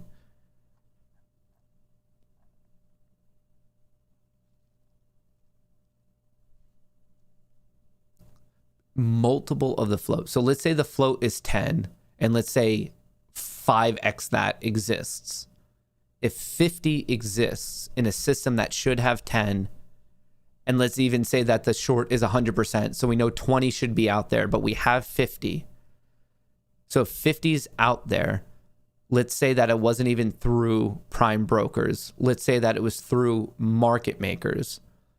If market makers did that and they were selling stock, they sold stock.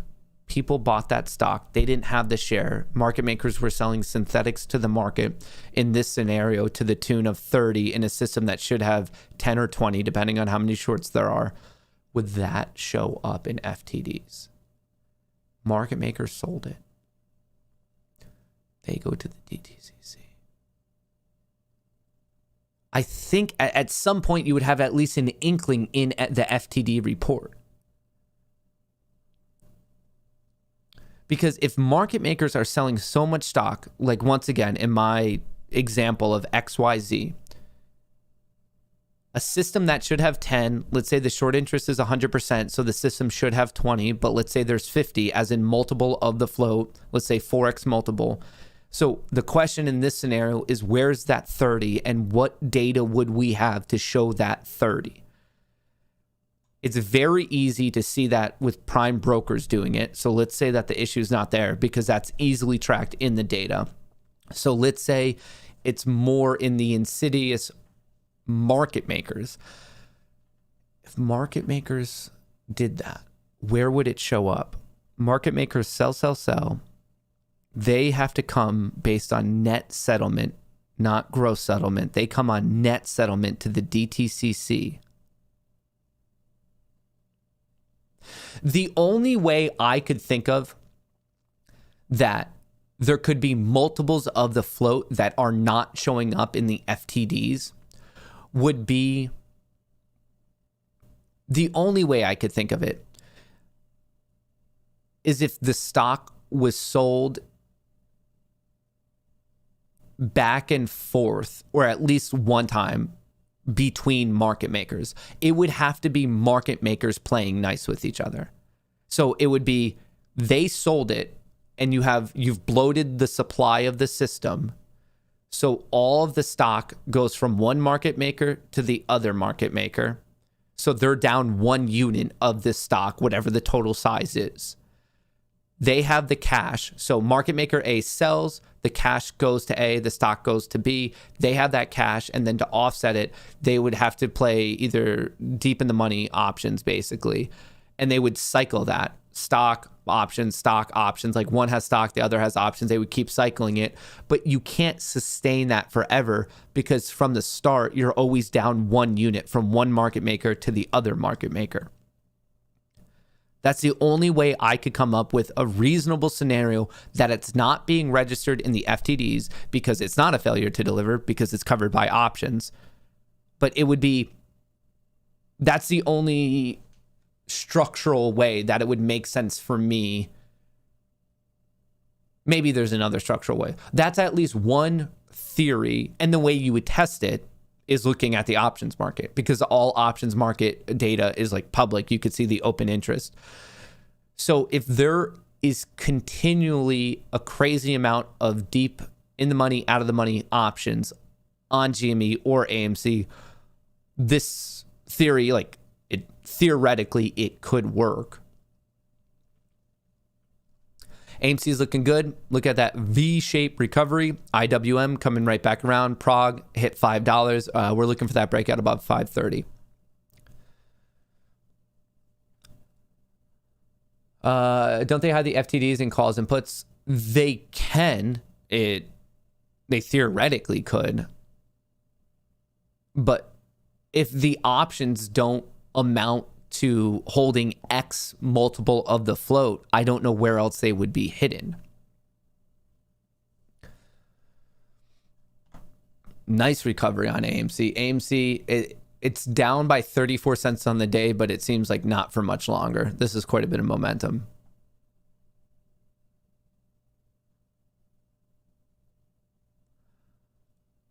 But 100% DRS then also during MOS becomes easier to push it higher. Easier to push it higher. Basically, you're saying you've locked up supply. Yeah, I mean, with less supply and whatever X amount of demand, whatever your demand, if supply is less, yeah, the price is easier to push up.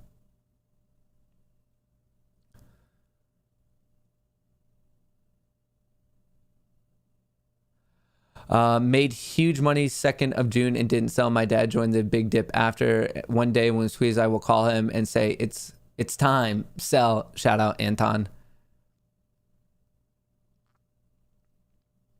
All right. Is GME now moving off of this excitement? I would expect it to be. Look at that. AMC and GME moving together. Amy and Jimmy. And then their, I guess, pet frog has been leading the way. What else do we have? Is the volume on Prog legit? Holy smokes, thanks for all you do. Happy Thanksgiving if I don't chat before then. Michael, it is legit. Prog coming in at 130 million already today. Do you think new buyers are being put off buying AMC and GME since there are loads of misinformation in the subreddits that make us look stupid, e.g. ban dark pools? I think the more informed traders that are coming to the community might be like, they don't know what they're talking about. But remember, this is attracting a lot of people who this is their first, I guess, interest, their first, I guess, dance their first tango with the Wall Street and trading and all of that. So they might not even know that it's bad until they learn more and more that some of this information is false information. To new people, whether they are experienced marketeers or not, I think the thing that turns them off is the childish fighting between like the two groups and within the individual groups.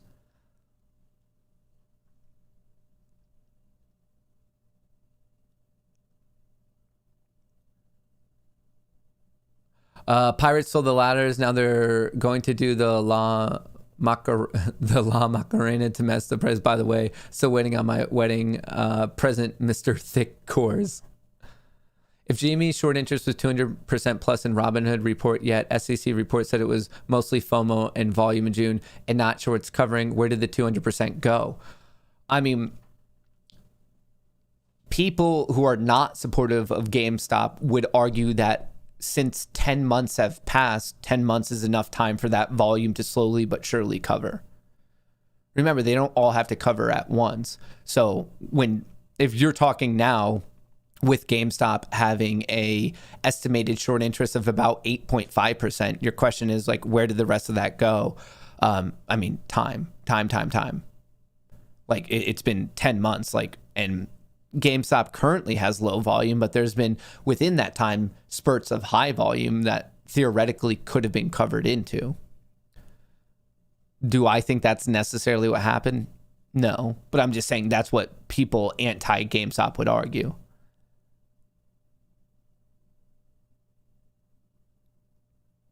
Eli Ramirez, AMC equals Matt Kohrs, Prog equals who I don't even know who Jason is, but that's not true. I've been covering Prog for like 6 weeks now.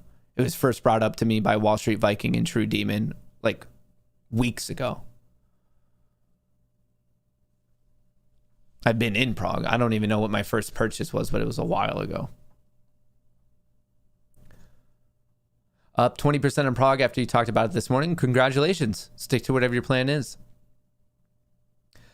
My girlfriend asked me, why are you buying a dead stock? So I bought 100 more shares of AMC. Do you mind looking at Polymath, big momentum play? Polymath. I haven't heard of Polymath. Polymath, a crypto. Doesn't seem to be moving too well. It had very nice moves all the way up till September, and now it's flat. So I don't know what's going on really there.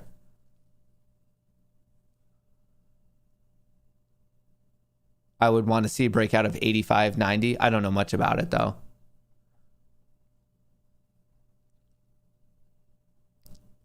Someone said, wait, I guess Trey tweeted something. Let me find. What's weird about it, if I search it, like I have to spell his name out perfectly for it to even come up. If Prog hits $5, I'll get a tattoo of a nipple on my nipple. That's pretty funny. Well, it hit 5. He's a man of his word. It hit 505. 505. GameStop. Where's that GameStop volume? Where is that volume?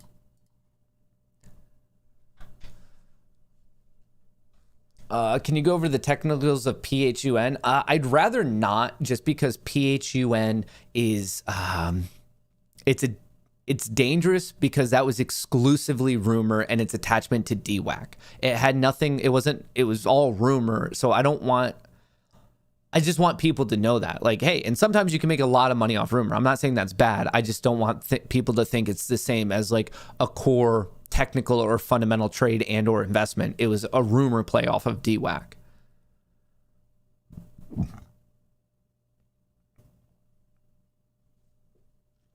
Hey Matt, fellow software engineer here. Just want to say thank you for what you're doing and what you've done. I've learned so much about markets trading from you. Cheers. Shout out, Patrick. Hope you're ripping some good code today.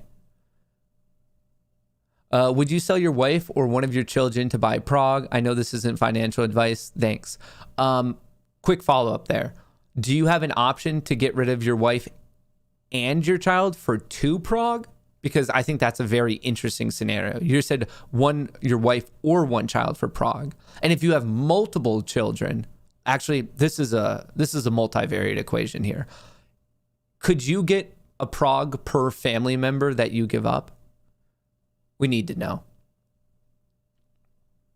We need to know.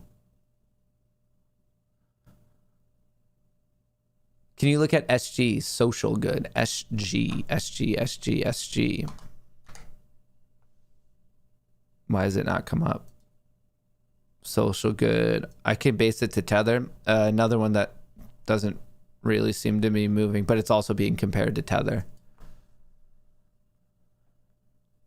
All right. AMC 42.32 right now.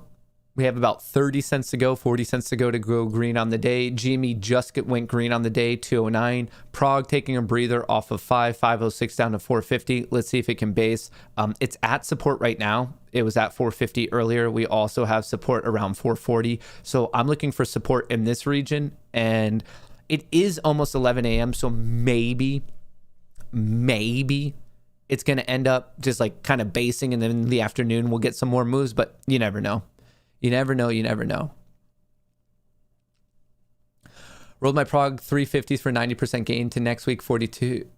AMC 42s on the dip, up 20%. Holding Prog December 17.55s for a while, back up 220%. Holding, bing.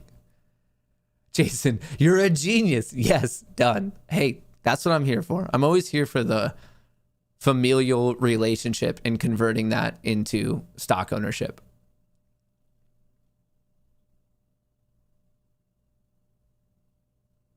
I had a buddy tattoo a third nipple on his brother, and the tattoo nipple looks more real than the actual nipples. Where's this stream going today? Oh, man. Trey's dilated pupil. Yeah, we could do that, man. For sure. For sure.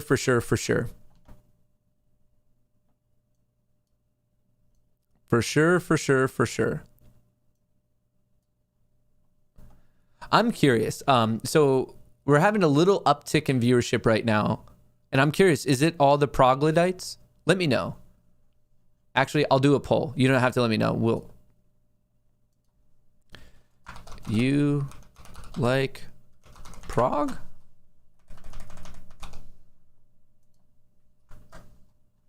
Yes. No. All right, we did it. Please answer that poll. Would a market crash create instant deflation? No. Inflation is mainly, you can kind of see it in the market, but a market crash wouldn't necessarily mean like gasoline's cheaper or your food's cheaper or your rent's cheaper. Need some confirmation bias? Tell me I'm beautiful. This is not opinionated confirmation bias. This is fact. Not a hedge fund. You are beyond beautiful. Beyond beautiful.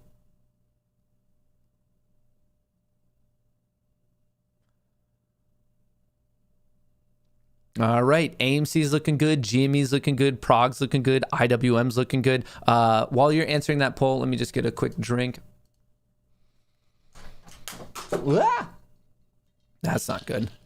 GME moving. More than happy to have it up when it's moving. I'm more than happy to have anything up when it's moving. We just can't like have something boring up.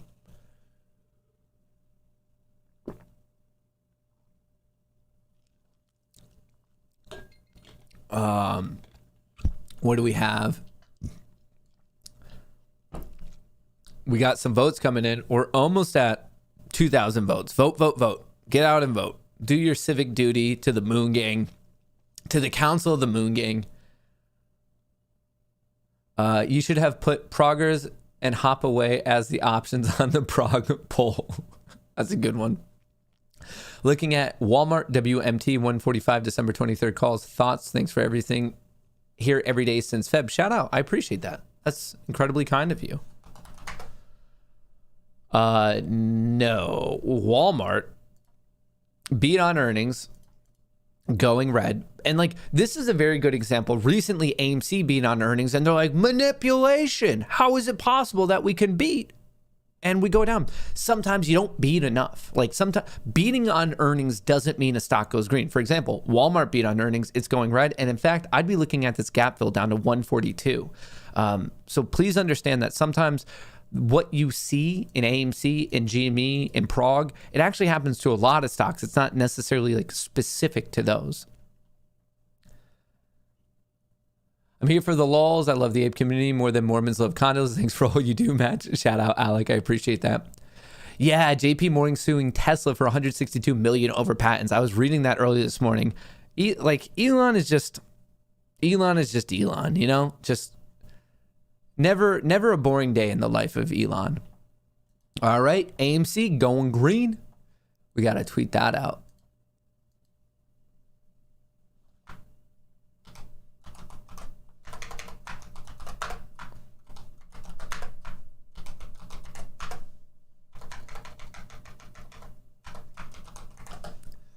We gotta tweet this out.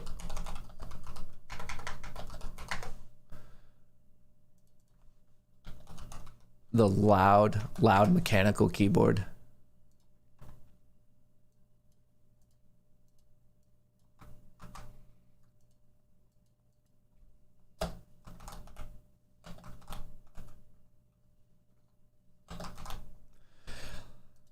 We good.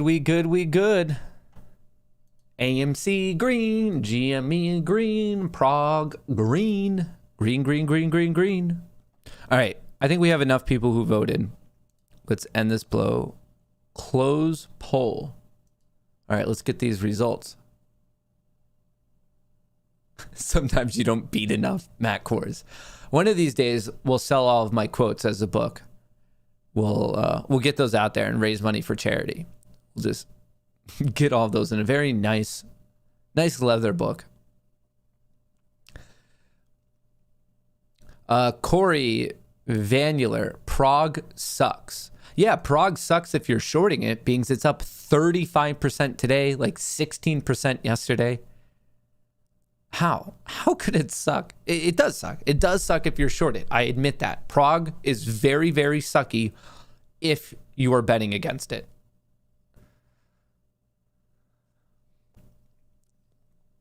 GTE had great earnings. It looks like a good level of support. It has a price target of over $3. What does Duckman think? GTE.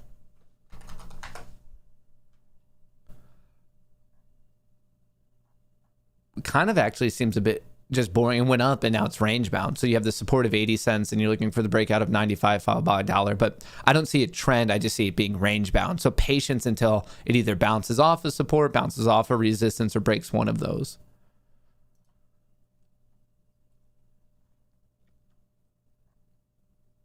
I bet after tomorrow Prog is off of Reg Show. I don't know if I agree with that one. I claim manipulation on voting. Did it end? End poll. I want to show you guys the results. 77% out of 3,000 votes. You like Prog. Yes. 22% went out of their way to say, no, I don't like Prog.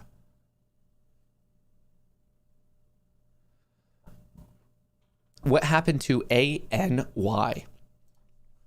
What did happen to ANY? Gap down on earnings? Nope. Earnings are tomorrow. What is the news on ANY? Let's figure this out. ANY. ANY. I'm not really seeing any news on any Sphere 3D. ANY, right. Where is it? Am I blind? I probably am losing my vision. Prog, pre-market after climbing. Recently reported, all right, ANY. It says it's in here, but I'm not seeing it. Oh, it's under the losers category. That's not nice. Reporting a quarterly loss. I guess the trading view earnings thing is wrong and it was off by day. It was an earnings loss. Delayed merger. People are saying delayed merger on it. Interesting. Interesting.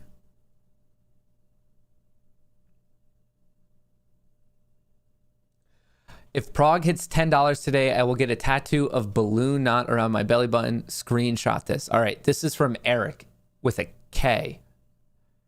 Two comments back to back must be first.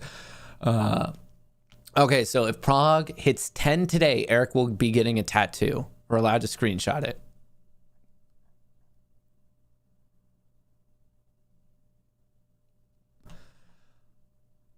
Every day I ask you about, maybe today you answer. It's a marinara stock. MSOS. I mean, if I've never heard of it, it's probably a small one. It doesn't even have a market cap. Trusted by pure US. Oh, wait, it's an ETF. That's why it's an ETF. Interesting. Downtrend. Recently broke out of it. Could be a fake out breakout.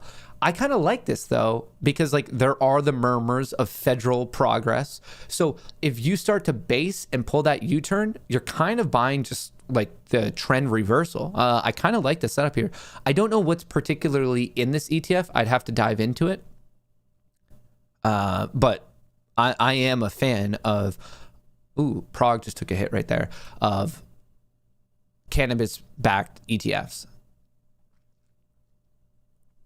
Been watching for 6 months now. Anyway, you can look up HYZN, up 30% this week. HYZN. Motors must have had a good earnings coming off of an all-time low, kind of a gap up and a push. This is interesting because you have two different gap plays. You have 647, but you also have the top side of 911. So I guess the way you could play it is if it gets above whatever this sell-off was, 839, you could probably play that. The risk will be a bit wide. Or if it starts to come down, like if it breaks below like 722, you could play this gap to 647, kind of like in halfway in between the two different gap fills right now.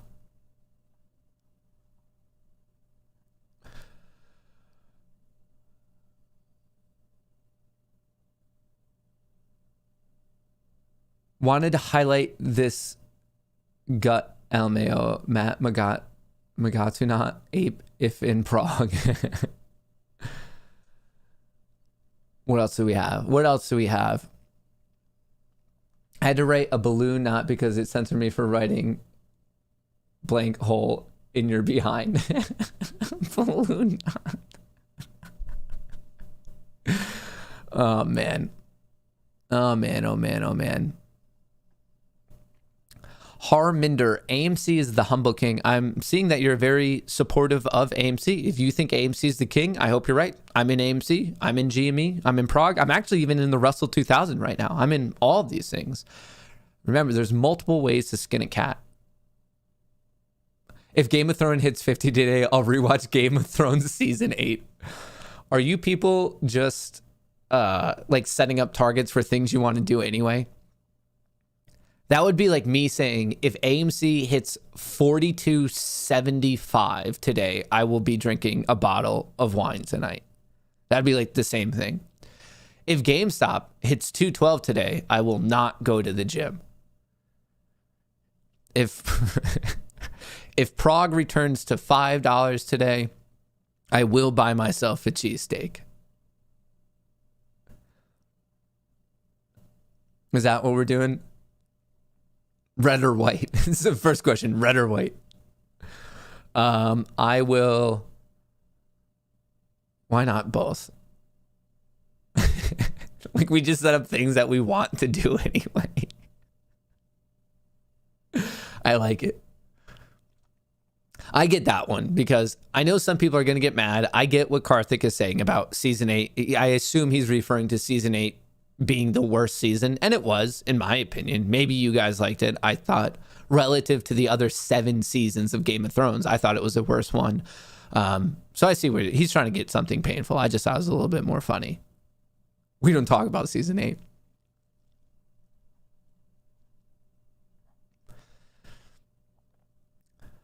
What's your favorite wine? My favorite aspect about drinking wine is the fact that my completely real girlfriend, she knows about wine. She's like one of these people that like knows about wine. And then she tries to teach me about wine, and she'll tell me all these fancy facts about wine. And I've said things in the past that have gotten people like pissed off, and like they like unsubscribe. They're like, down with this duck kid. Why does anyone watch him? Why are people still watching Matt Kohrs? This is going to be another one of those events where I lose a lot of you.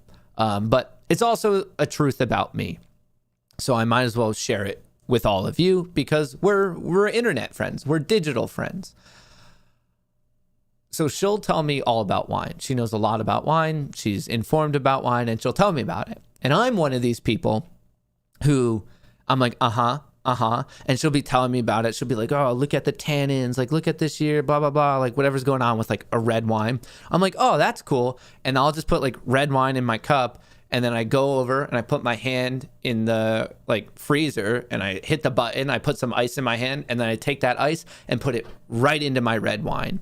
And not one time has it not driven her up a wall. She'll give me like this rundown of a beautiful body of red wine, blah, blah, blah, blah, blah, blah, blah. I'm like, oh, that's cool.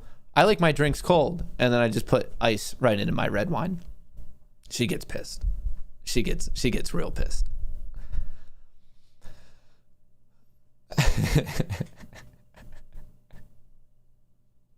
There we go. There's that. You hear that, folks? Just for one moment, if you really listen, you can hear it. You can hear the sound of people unsubscribing. You can hear it. Like you hear all those buttons. Oh, whoa! This changes it. I didn't know it'd do that. You can almost, if you really listen, you can hear the amount of people who are unsubscribing. Hey. But maybe some of you out there who are like, hey, I do that with my wine. This is now a safe place for you. You could be like, oh, I like them. I like them a little bit more. I agree. Matt, room temperature red wine tastes weird. I think it tastes weird. And I think people who like room temperature are like, I think they're lying to themselves, honestly. I do think that they're lying to themselves. But hey, maybe it's just my taste buds.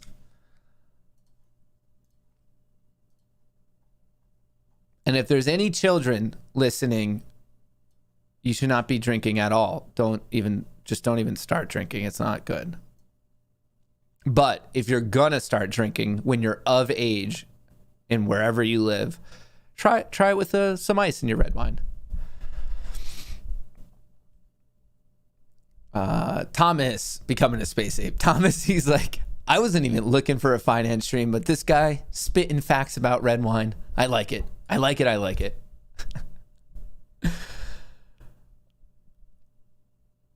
Someone said, I like mine pre-fermented, as in you like grape juice.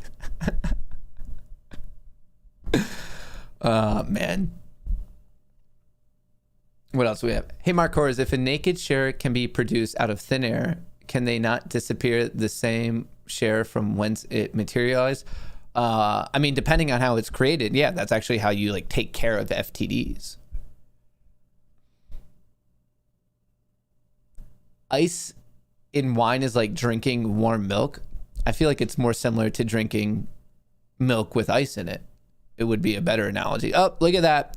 Wait, what did I say? 42.75 and I have to drink a bottle of wine. I hate when things like this happen, you know? You put these things out there to get everyone excited and it's something you didn't even want to happen. 42.75. How about this? If AMC hits 42.75, I'll drink a cup of like room temperature, non-iced red wine.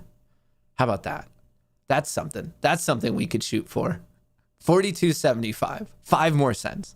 I'll take a picture and everything. It'll just be plain ass room temperature, not good iced red wine. That's the challenge of the day. Why not freeze the wine? Fill an ice cube tray with it and drink it as it melts. Also, if Prog reaches 8, I'm buying an apartment in Manhattan. Well, that's exciting. And that's actually a really good idea. If we get the ice cubes. Look at all you people, all so smart. Someone just said resubscribe. I like it. What other diet things can we talk about? I think there's no point in eating steak above medium rare. I think if you have a steak that's above medium rare, it just means that someone didn't know how to cook steak. I feel the same about hamburgers, but I know a lot of restaurants only do medium, so that's kind of a bummer, but I still inherently think that's wrong. I'm fine with pineapple on pizza. I actually enjoy it. Cantaloupes are way better than honeydew. I'm trying to think of other food ones. What are other touchy food subjects? I think Cheez-Its are a considerable portion of the overall food pyramid breakdown. I think they fill many categories within it. Hot take Kohrs. Sushi, amazing. I've been eating way too much sushi lately. What other? Mayo or Miracle Whip? I'm fine with both. I know people hate both. They don't like it. They don't like aioli. They don't like Miracle Whip. They don't like me. I'm fine with it. I don't know. Just throw it on my sandwich. I don't care. Is a hot dog a sandwich? Yes. A hot dog is a sandwich. If you're going to count a cheesesteak to be a sandwich, any of these hoagies or heroes or wherever you're from, whatever you call it, if you count a Subway sandwich to be a sandwich, it's the same type of bread. The same general geometric shape of bread, it would be a sandwich. Whipped cream or Cool Whip? I'd probably go with whipped cream just because I've had more, but I like both.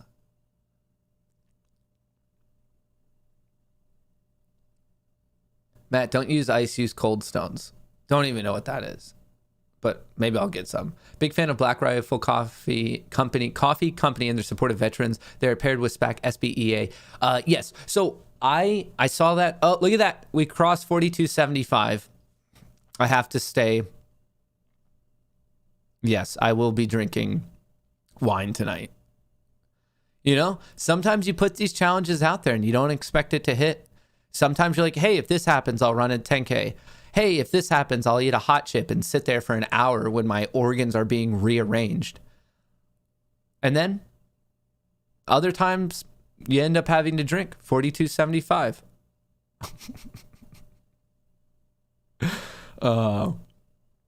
If you eat dry Captain Crunch, you're a monster. I have eaten it. Sometimes in college you can't afford milk, so you just eat dry cereal. I think when it comes to cereal, I haven't had cereal in a while, but I'm a fan of cereal. I think Cheerios are surprisingly underrated. If you just have a good bowl of Honey Nut Cheerios, man, they're just underrated. I think people don't give enough respect to Honey Nut Cheerios. Pineapple on pizza? If you're against pineapple on pizza, you just haven't had pineapple on pizza. I think it's a lot of Italians who are they feel they're standing up for their almost home country or something. They're I can't agree to that. No way would I ever. What's wrong with pineapple on pizza? It's good. I like pizza. I like pineapple, and it turns out I like them when they're both together. Charles, we appreciate you. I appreciate you, Charles. This is the type of hot culinary expertise we need. Pineapple on Cheerios. We could try that one. I have not had that one, but we could give that a whirl. Terrible. Thank you. What else do we have? A hot dog is not a sandwich. It's a trick question. A hot dog is a hot dog. A hot dog in a bun is a sandwich. All right, that's a good point.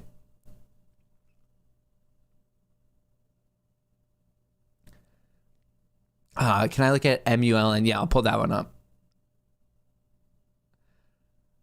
Oh wow, these drink suggestions. If AMC hits 47 today, would you do a spoonful of cinnamon? Yeah, but I would also have to go get, like, I don't have cinnamon. We could set up the next challenge as like the cinnamon challenge for sure. Do I think cereal is a soup? No, because soup has to be hot. If you put a bowl of Honey Nut Cheerios in milk and then put that in your microwave, it would then become a soup. And like, don't yell at me. Like, I'm literally just like the messenger of logic here. I am not the person who made these rules up. If you put your cereal in milk and heat that up in a microwave, it then becomes soup. It's just, that's going to piss a lot of you off, but like, don't shoot the messenger, folks. This is just what it is. Gazpacho is a cold soup. No, gazpacho is a wannabe soup that happens to be cold. There's a big difference. There's a difference between being a soup and being a wannabe soup. Cold soup's not a thing. No, that's silly. That's like a wannabe viscous liquid in a cup that makes no sense. How about a cooking with Kohrs channel? We need that. We obviously need a cooking with Kohrs channel. Blue cheese or ranch with hot wings. I am fine with both. I end up having to get ranch because people are like really complaining about blue cheese. Like, people have strong opinions on blue cheese. I'm fine with blue cheese, like whatever. So I end up eating ranch more just because it makes less people mad.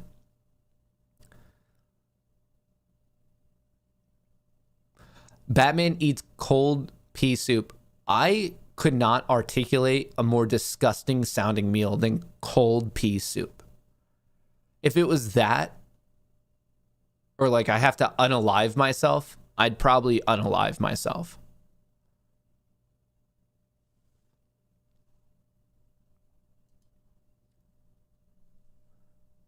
Next year, I want to move on my own. Hey, Matt, next year, I want to move on my own. Any tips and pros and cons of it? Like, you just are trying to move, like, just to a new... I think I need more details. Like, you're just trying to move to a new place? Or, like, you're trying to move. I need more details. Like, are you in a family right now and they don't know you're moving out? Like, I need to know more of the situation. Fidelity kicked me out, made me reset my password during Prog downturn a minute ago. Anyone else? You know I love you, man, but I respectfully disagree. If you stick cereal in a microwave, it becomes porridge, not soup.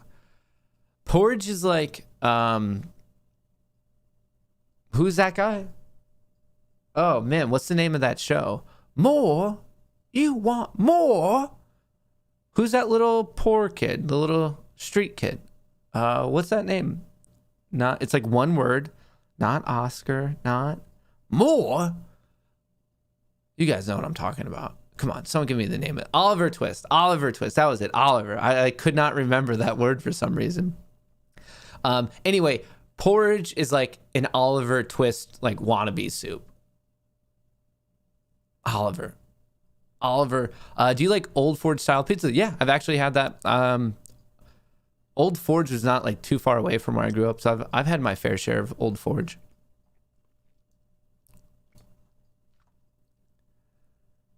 How much Joe do you drink a day? I'm trying to cut down. So if I happen to be grumpy over the next like 5 years of my life, just know it's because I'm trying to drink less caffeine. I'm tired too much. My body is failing on me, and I think part of it has to do with my diet, lack of exercise, and mental sanity. That's my go-to. I'm like, oh yeah, it's probably my awful diet, my lack of exercise, and my mental stress / anxiety. A lot of people are like, yeah, no, that makes sense. That'd probably mess with you. So I'm trying to fix one of those, as in the diet portion of it, by instead of drinking like 18 cups of coffee, I'm trying to do one in the morning. I've had my one today, and I'm seeing how it's going to go. So if you want to join me on this lack of caffeine adventure, feel free. We can create a support group. I could spin out a channel on my Discord, and we could just all complain together. We'll see how it goes. So I'm trying to do 1 cup in the morning, and I don't know. Or could someone who actually knows about nutrition just lie to me and say that, like, no, it's completely fine to drink like 3 cups of coffee a day? Like, is there an amount you're allowed to drink without it being bad? Even street urchin Oliver Twist wouldn't drink red wine with ice in it. He'd drink a chilled peanut nor. But my God, ice in red wine. Oh, man. Someone just said 15 cups is okay. So oatmeal, is it okay to be hot cereal so it doesn't make it a soup? Depends how much liquid's in the oatmeal. If you like improperly make the oatmeal, it would become a soup. I remember one time my sister and I had to stay at my grandparents' house, and my grandparents are like hardcore European grandparents, and we were wee little kids. So my grandmother got us up for school, and she made us oatmeal. And my sister, she's not like an incredibly picky eater, but she's like on the pickier side. And when we were little, we didn't eat oatmeal. Like my sister and I growing up, we ate whatever, like eggs. We were just not oatmeal eaters for whatever reason. And my grandma was, and we were staying with her before going to school, and she made us oatmeal, or maybe just made my sister oatmeal. Maybe I was up earlier and I ate eggs. For some reason, I remember I got out of oatmeal. And my sister, we were young. We were very young.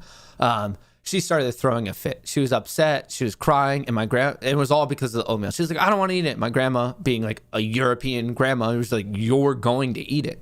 And my sister was like, I am not going to eat it. And they're fighting back and forth. And she said, my grandma, she's like, if you don't eat that, like, you're going to eat that. Like, I don't know what's going on, but this will be the next meal you eat. And I'm bringing it to school. And I shit you not, my grandma drove us to school. She brought this, and of course it's getting worse. So if you don't like oatmeal, it's going to get worse and worse and worse, like the longer you wait. Even if you dislike it, you should eat it as early as possible, because now it's getting cold. So we get to school. At that point, my sister had still not eaten the oatmeal, but my grandma still had it. And we get out of the car. I get out of the car. We're all looking each other in the eyes, and we're like, who's going to give up? Who's going to like cave in on this whole oatmeal debacle? And the answer to that is not an old school European grandma. They don't give up. They don't know about giving in on anything like that. So not only did we drive it to school, my grandma parked the car and she came into the school with my sister with the cold oatmeal until she ate it. Oh, grandmas. Hilarious. They're hilarious creatures. AMC looking good. AMC up 1.2%, trading at 43.20. It gets interesting at 43.50. That's the big trend line breakout. Genius, drink mucho café. Geniuses drink mucho café. Matt, I'm about to give you the best alternative to coffee. Harney and Sons hot cinnamon tea, 2 bags per 16 to 24 ounce of water. Add 2 to 3 ounces of Simply Apple. Interesting. I'll have to try that out. Look into mud water. It's earthy, a good alternative coffee, better for you. Is coffee unhealthy for you if you just drink it black? Like I just straight up drink, I don't put anything in it. It's just black coffee. Is that actually unhealthy well, not even healthy. I don't like particularly care about my health. It's more of my lack of energy. I need more energy. I need more of legal energy. I want to clarify that. Like, I don't need people DMing me like, yo, just like, I have an idea for you to have energy. I need a form of energy that is not going to get me arrested. Thick Matt sounds like a gilf. Fellow Philly ape here, what's a tomato pie? Is it pizza? Sounds like pizza. If you have heart problems or hypertension, then too much coffee can be bad for you. I don't think I do. Maybe I do. Yes, cootery. That would then become soupish. That's a good point. You're connecting all the dots. All right. Is there a cup and handle on DWAC? DWAC. On the 5 minute. I don't really see a cup and handle. We don't even really have a cup yet. Remember, it's a U followed by a little baby U. What's happening, apes? What's going on, Ryan?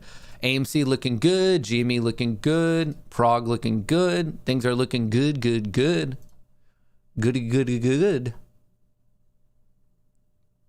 What else do we have? Try Cheez-Its and milk in a bowl instead of cereal. Oh, man. Is potato salad a salad? No. That's a misnomer of our time. I don't know why we call like macaroni salad, potato salad, cucumber salad. Cucumber salad is closer to being a salad, but it's still not a salad. 1 cup of coffee a day, then do a scoop of Athletic Greens Boost. I have to look into that. I don't know what Athletic Greens are. Nuns used to be force-fed orphans oatmeal for breakfast. What? Is that true? That's sad. Fruit salad a salad? No. I think they are just... It sounds weird to bring like a dish to a barbecue. Like you can't be like, hey, here's a fruit mixture.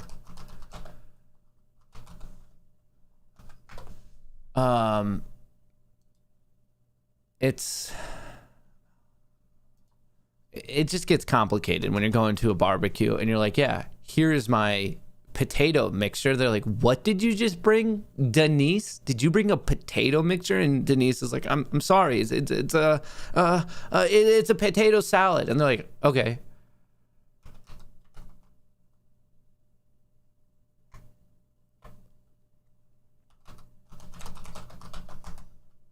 I'm trying to think of what else we could call a potato salad. There's a fancy SAT word that I'm thinking of. All right. If someone can help me think of this word, you're going to get a gold star for the day. I am not joking around. There is a gold star on the line. I remember when I took the SATs back in 2010, and this is why I can't remember it because it was 11 years ago. There's a word that means a mixture, and the word starts with an A. Like an amalgamation, it just means like a mixture of. It's like an AM, something like that. The first person, whoever comes up with this, gets a gold star for the day. It's some amalgamation, something along those lines. Oh, a lot of people are saying it. Well, now I have to scroll back. Is this actually the word? Let's see if this is the right word. The action process result of combining or uniting. Amalgamation. That's your SAT word for the day. Amalgamation. The action process and result of combining or uniting. So, amalgamation. Anyway, all right. So who gets the gold star? Adam Allingham. Adam Allingham has received a gold star for the day. Congratulations, Adam. Don't spend that all in one place. Amalgamation.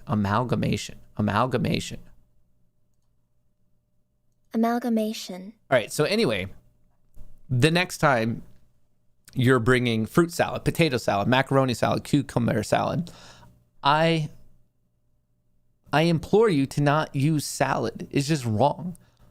You walk up and you say, yo, Denise. She's like, hi. You're like, I brought you a potato amalgamation. And she's going to say, whoa, did you also take the SATs in 2010? And you're like, damn straight. I also watched that Kohrs kid on YouTube. Here's your fruit amalgamation. It works. It's going to work. It's going to be the hot word at barbecues and dinner events.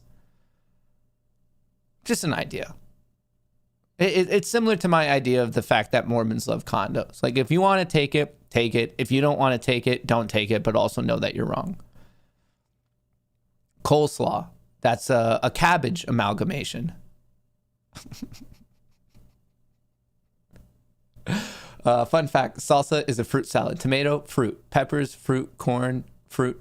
Also, someone said fruit is a cereal. My fave is Lucky Charm fruits. Fun fact, salsa is fruit salad. It's a fruit amalgamation. You guys want the Urban Dictionary word of the day? Yeah, let's look that up. They haven't been updating. Urban Dictionary word of the day. What do we have? I don't think they've been updating it in a hot minute. Yeah, that's unfortunate. They don't have it.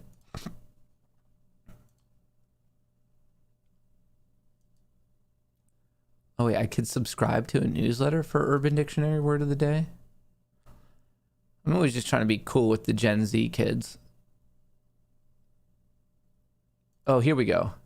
Yesification. Yesification means that it's like so much better than everything else and you can't do anything else about it. What? Elton John is the yesification of Billy Joel. Yesifications mean that it's like so much better than anything else and you can't do anything about it. It's also gay. So it's better and gay. Elton John is the yesification of Billy Joel. Man, we are dealing with some freaking wordsmithsonians. Yesification. I love it. We'll have to get that involved in the afternoon stream. A potato amalgam.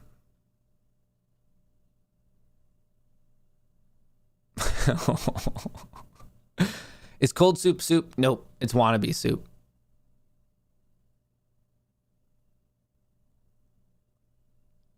All right, AMC looking great. Jimmy, some of these comments are so wild. We have too much fun here. Should not be a legal amount of fun that we have.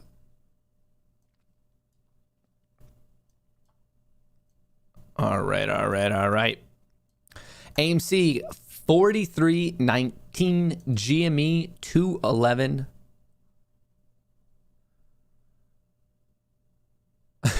Rambo. Apes, the strongest amalgamation of people ever. All right, AMC GME looking good. In terms of Prog, obviously we hit $5. It's still up a lot, but in intraday, it's kind of coming down. We're in a little bit of this flag scenario. Well, that's not my best drawn flag. So we're in a little bit of this bull flag. We're trading upward, not the best. I mean, it's just more of, I'm trying to illustrate the downward channel that we're currently in. Let's see if it can make a base, hopefully off of the lower fours, like 415-ish, 420-ish, and then break, hopefully getting back above 455. The line in the sand is very much just above 450. Some resistance, some support. Watch just above 450 on that one. This is a poor channel, poor flag, not really the best.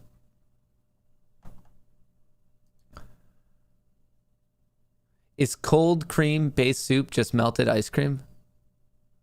I'd say so. I think you're onto something, Rachel. I think that's accurate.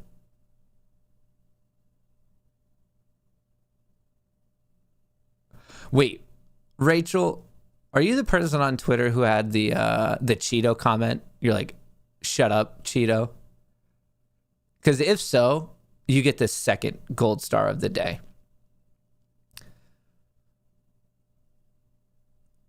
Yo, Kohrs Light is your amalgamation channel in a certain way.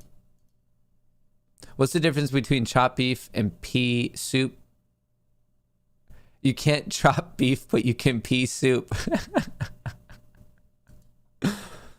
MULN.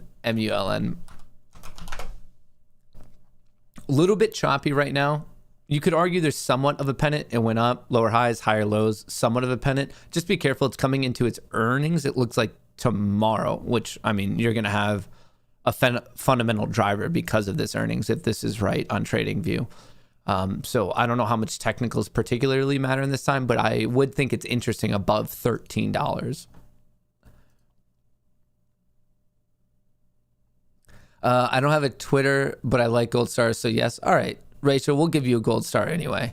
You'll get a gold star for looking like a person who made me laugh on Twitter, which is still gold star worthy.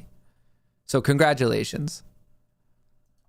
Adam and Rachel are both the hopefully excited recipients of the Matt Kohrs morning stream gold star extravaganza. All right, people are talking about Lucid all the way up to Hiti. Lucid's ripping. Lucid, I'm looking at that gap fill all the way up to 56. We've been talking about that for a hot minute, but I still think it's possible. Amalgamation. Don't forget that the LA Auto Show for MULN is dropping the first car. Interesting. So we have a lot of stocks that are starting to wake up. So we had a little bit of a boring time yesterday, a little bit of a boring time in the second half of last week, but now things are picking up. I like it. All right, folks, it is 11:30 ET, so that is it for me in the morning stream. I will be back this afternoon for Power Hour, so don't forget to drop that like on your way out, and more importantly, don't forget after you subscribe to go to that bell icon, click on it, and switch it to always, and you'll be able to get a notification whenever I post content, and when I get the, I guess, like the waiting thumbnail, kind of like that, you can post the live stream like as you're waiting for it, so you'll be able to set a reminder. So I'll get that up ASAP, but I will be back for Power Hour to see what's going on with AMC, GME, Lucid, Prog, and everything else. What's going on with crypto? Still a little bit of red on the day, but we'll be talking about any intraday developments and of course just the exciting end to whatever the market's going to bring us today. So I will catch you at 3 p.m. Thank you all for the support, and as always, from me and Chair, best of luck in the markets.